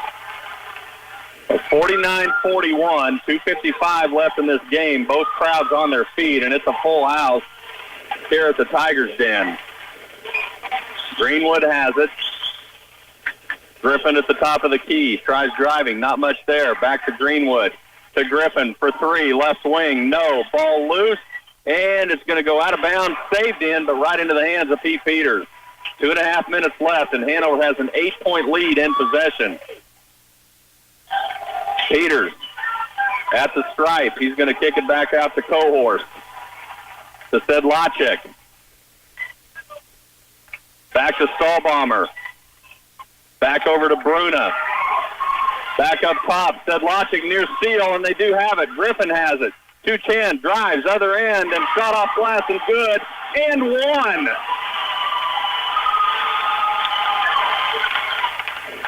Montana Griffin hits for 2 more, and they're going to get Pete Peters for his 3rd. 2:08 left. It is 49-43, and Montana Griffin shooting 1. 27 points for Griffin. Now 20, still 27 as that doesn't crawl in, and rebound 2. Stahlbomber down under 2 minutes. 49-43. Hanover hanging on. Peters at the stripe. Kicks it back to Cohorst. To Stahlbomber. Now Coach Kim Losey wants a timeout. Minute 53 left in this ball game. 49-43. Hanover leads when we come back. Jones Trash Service provides residential and commercial waste pickup in Washington County. Their service is affordable, dependable, and professional. Jones Trash Service also offers roll-off containers to support your special projects. Whether it's renovation, cleanup, roof replacement, or yard clearing, they'll deliver the containers to you when you need it and remove it when your job is complete.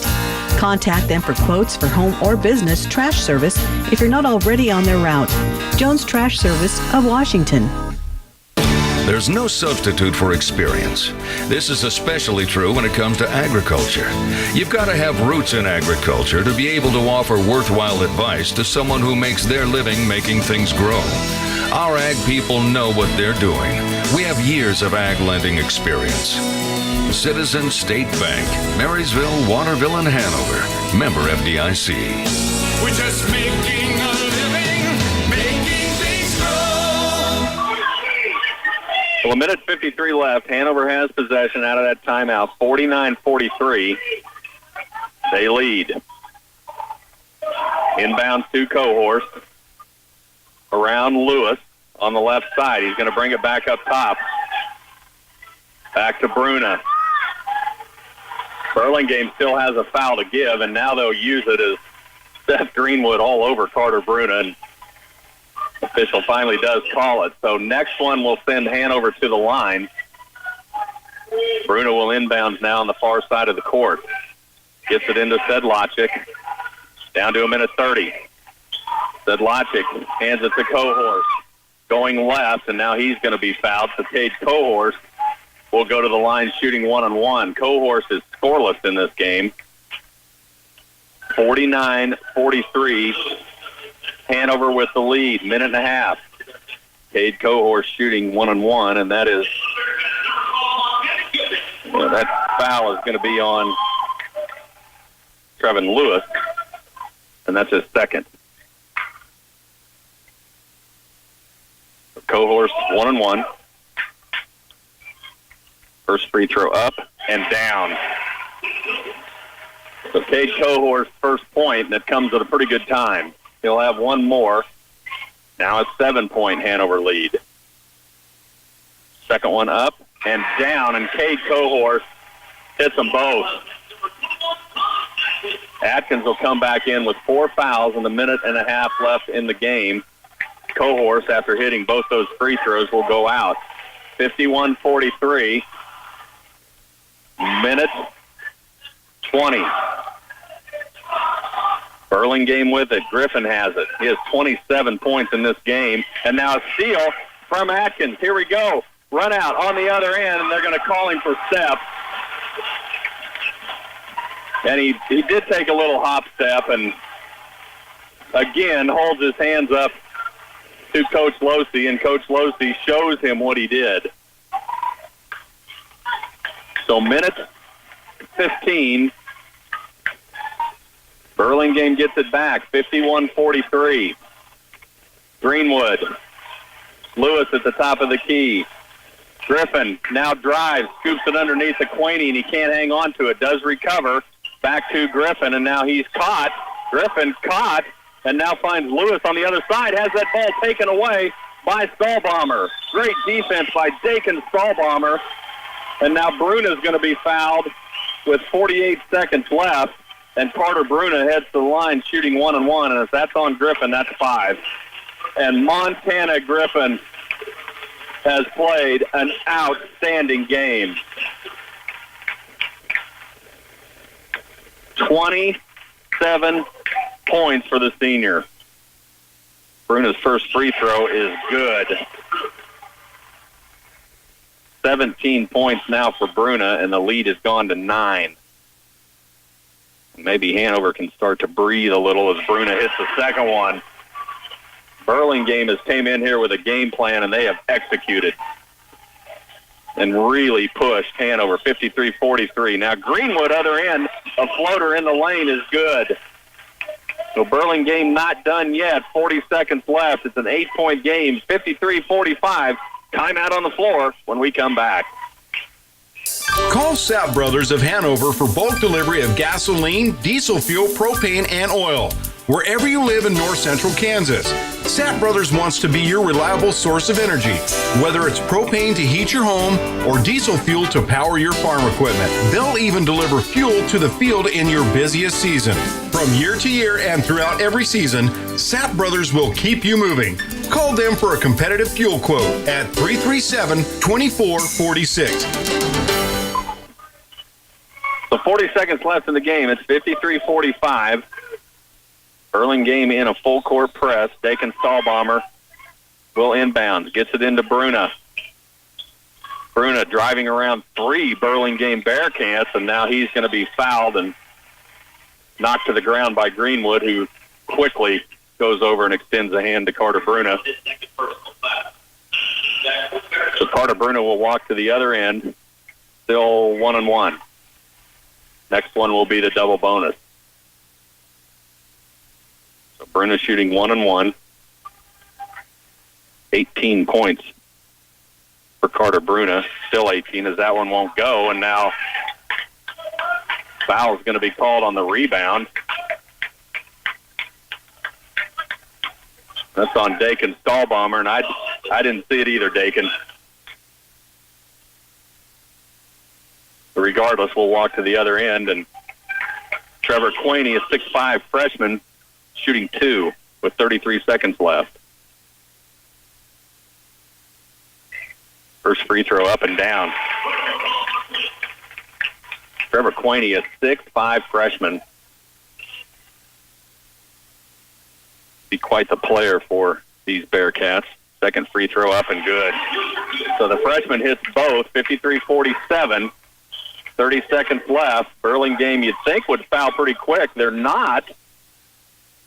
And now Coach Kim Losey wants a timeout. A little surprising the Bearcats weren't a little quicker on that. So with 27 seconds left, we've got a timeout on the floor. 53-47, Hanover leads when we come back. Bruna Implement, your local Case IH dealer, offers specialized repair services and maintenance on your machinery. See them for the best farm implements for the right job at the right price. Bruna Implement extends their support to the area student athletes in tournament action. They have enjoyed watching the teams play, improve, and grow as a team and as individuals.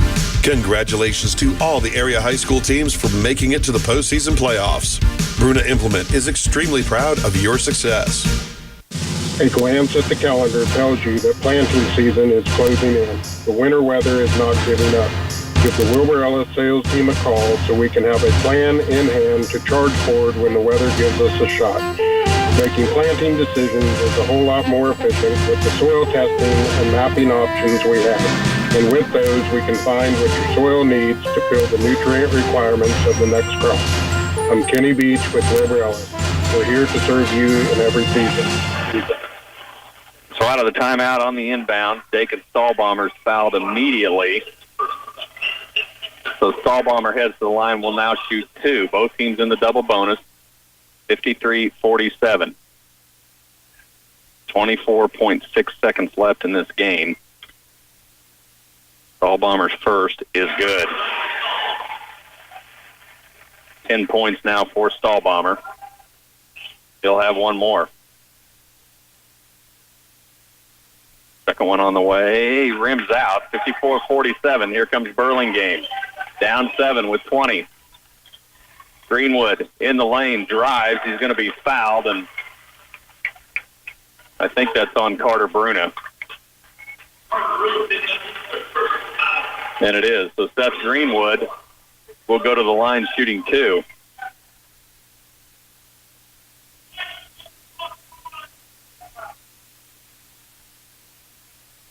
First free throw, rims in.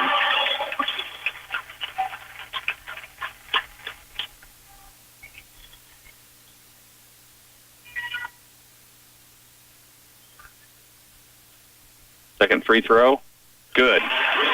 Greenwood hits both, and it's 54-49. Here comes Hanover. Burlingame trying to foul, and Hanover won't let him, and now they do foul Sedlacek as Lucas Masters up, over, through, and on top of Sedlacek as Hanover working the ball to run time off, and they do, and Burlingame finally gets a foul with 11 seconds left. Big free throws here for Sedlacek. First one is good.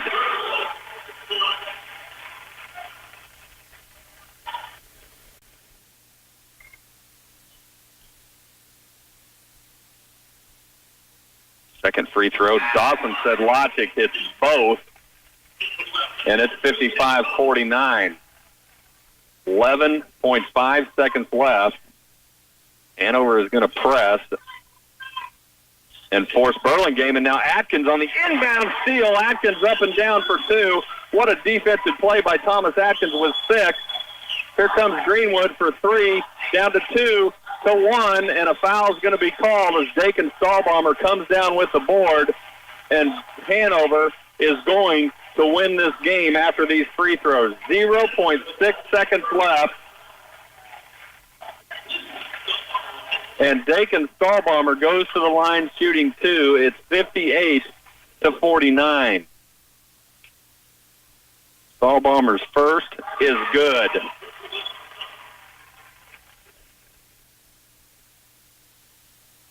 Stahlbommer will have one more, but this game is in the books.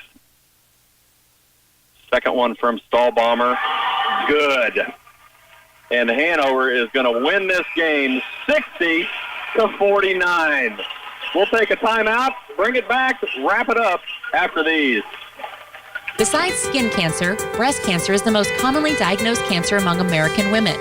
Clay County Medical Center is proud to announce new digital 3D mammography services now available right here at home.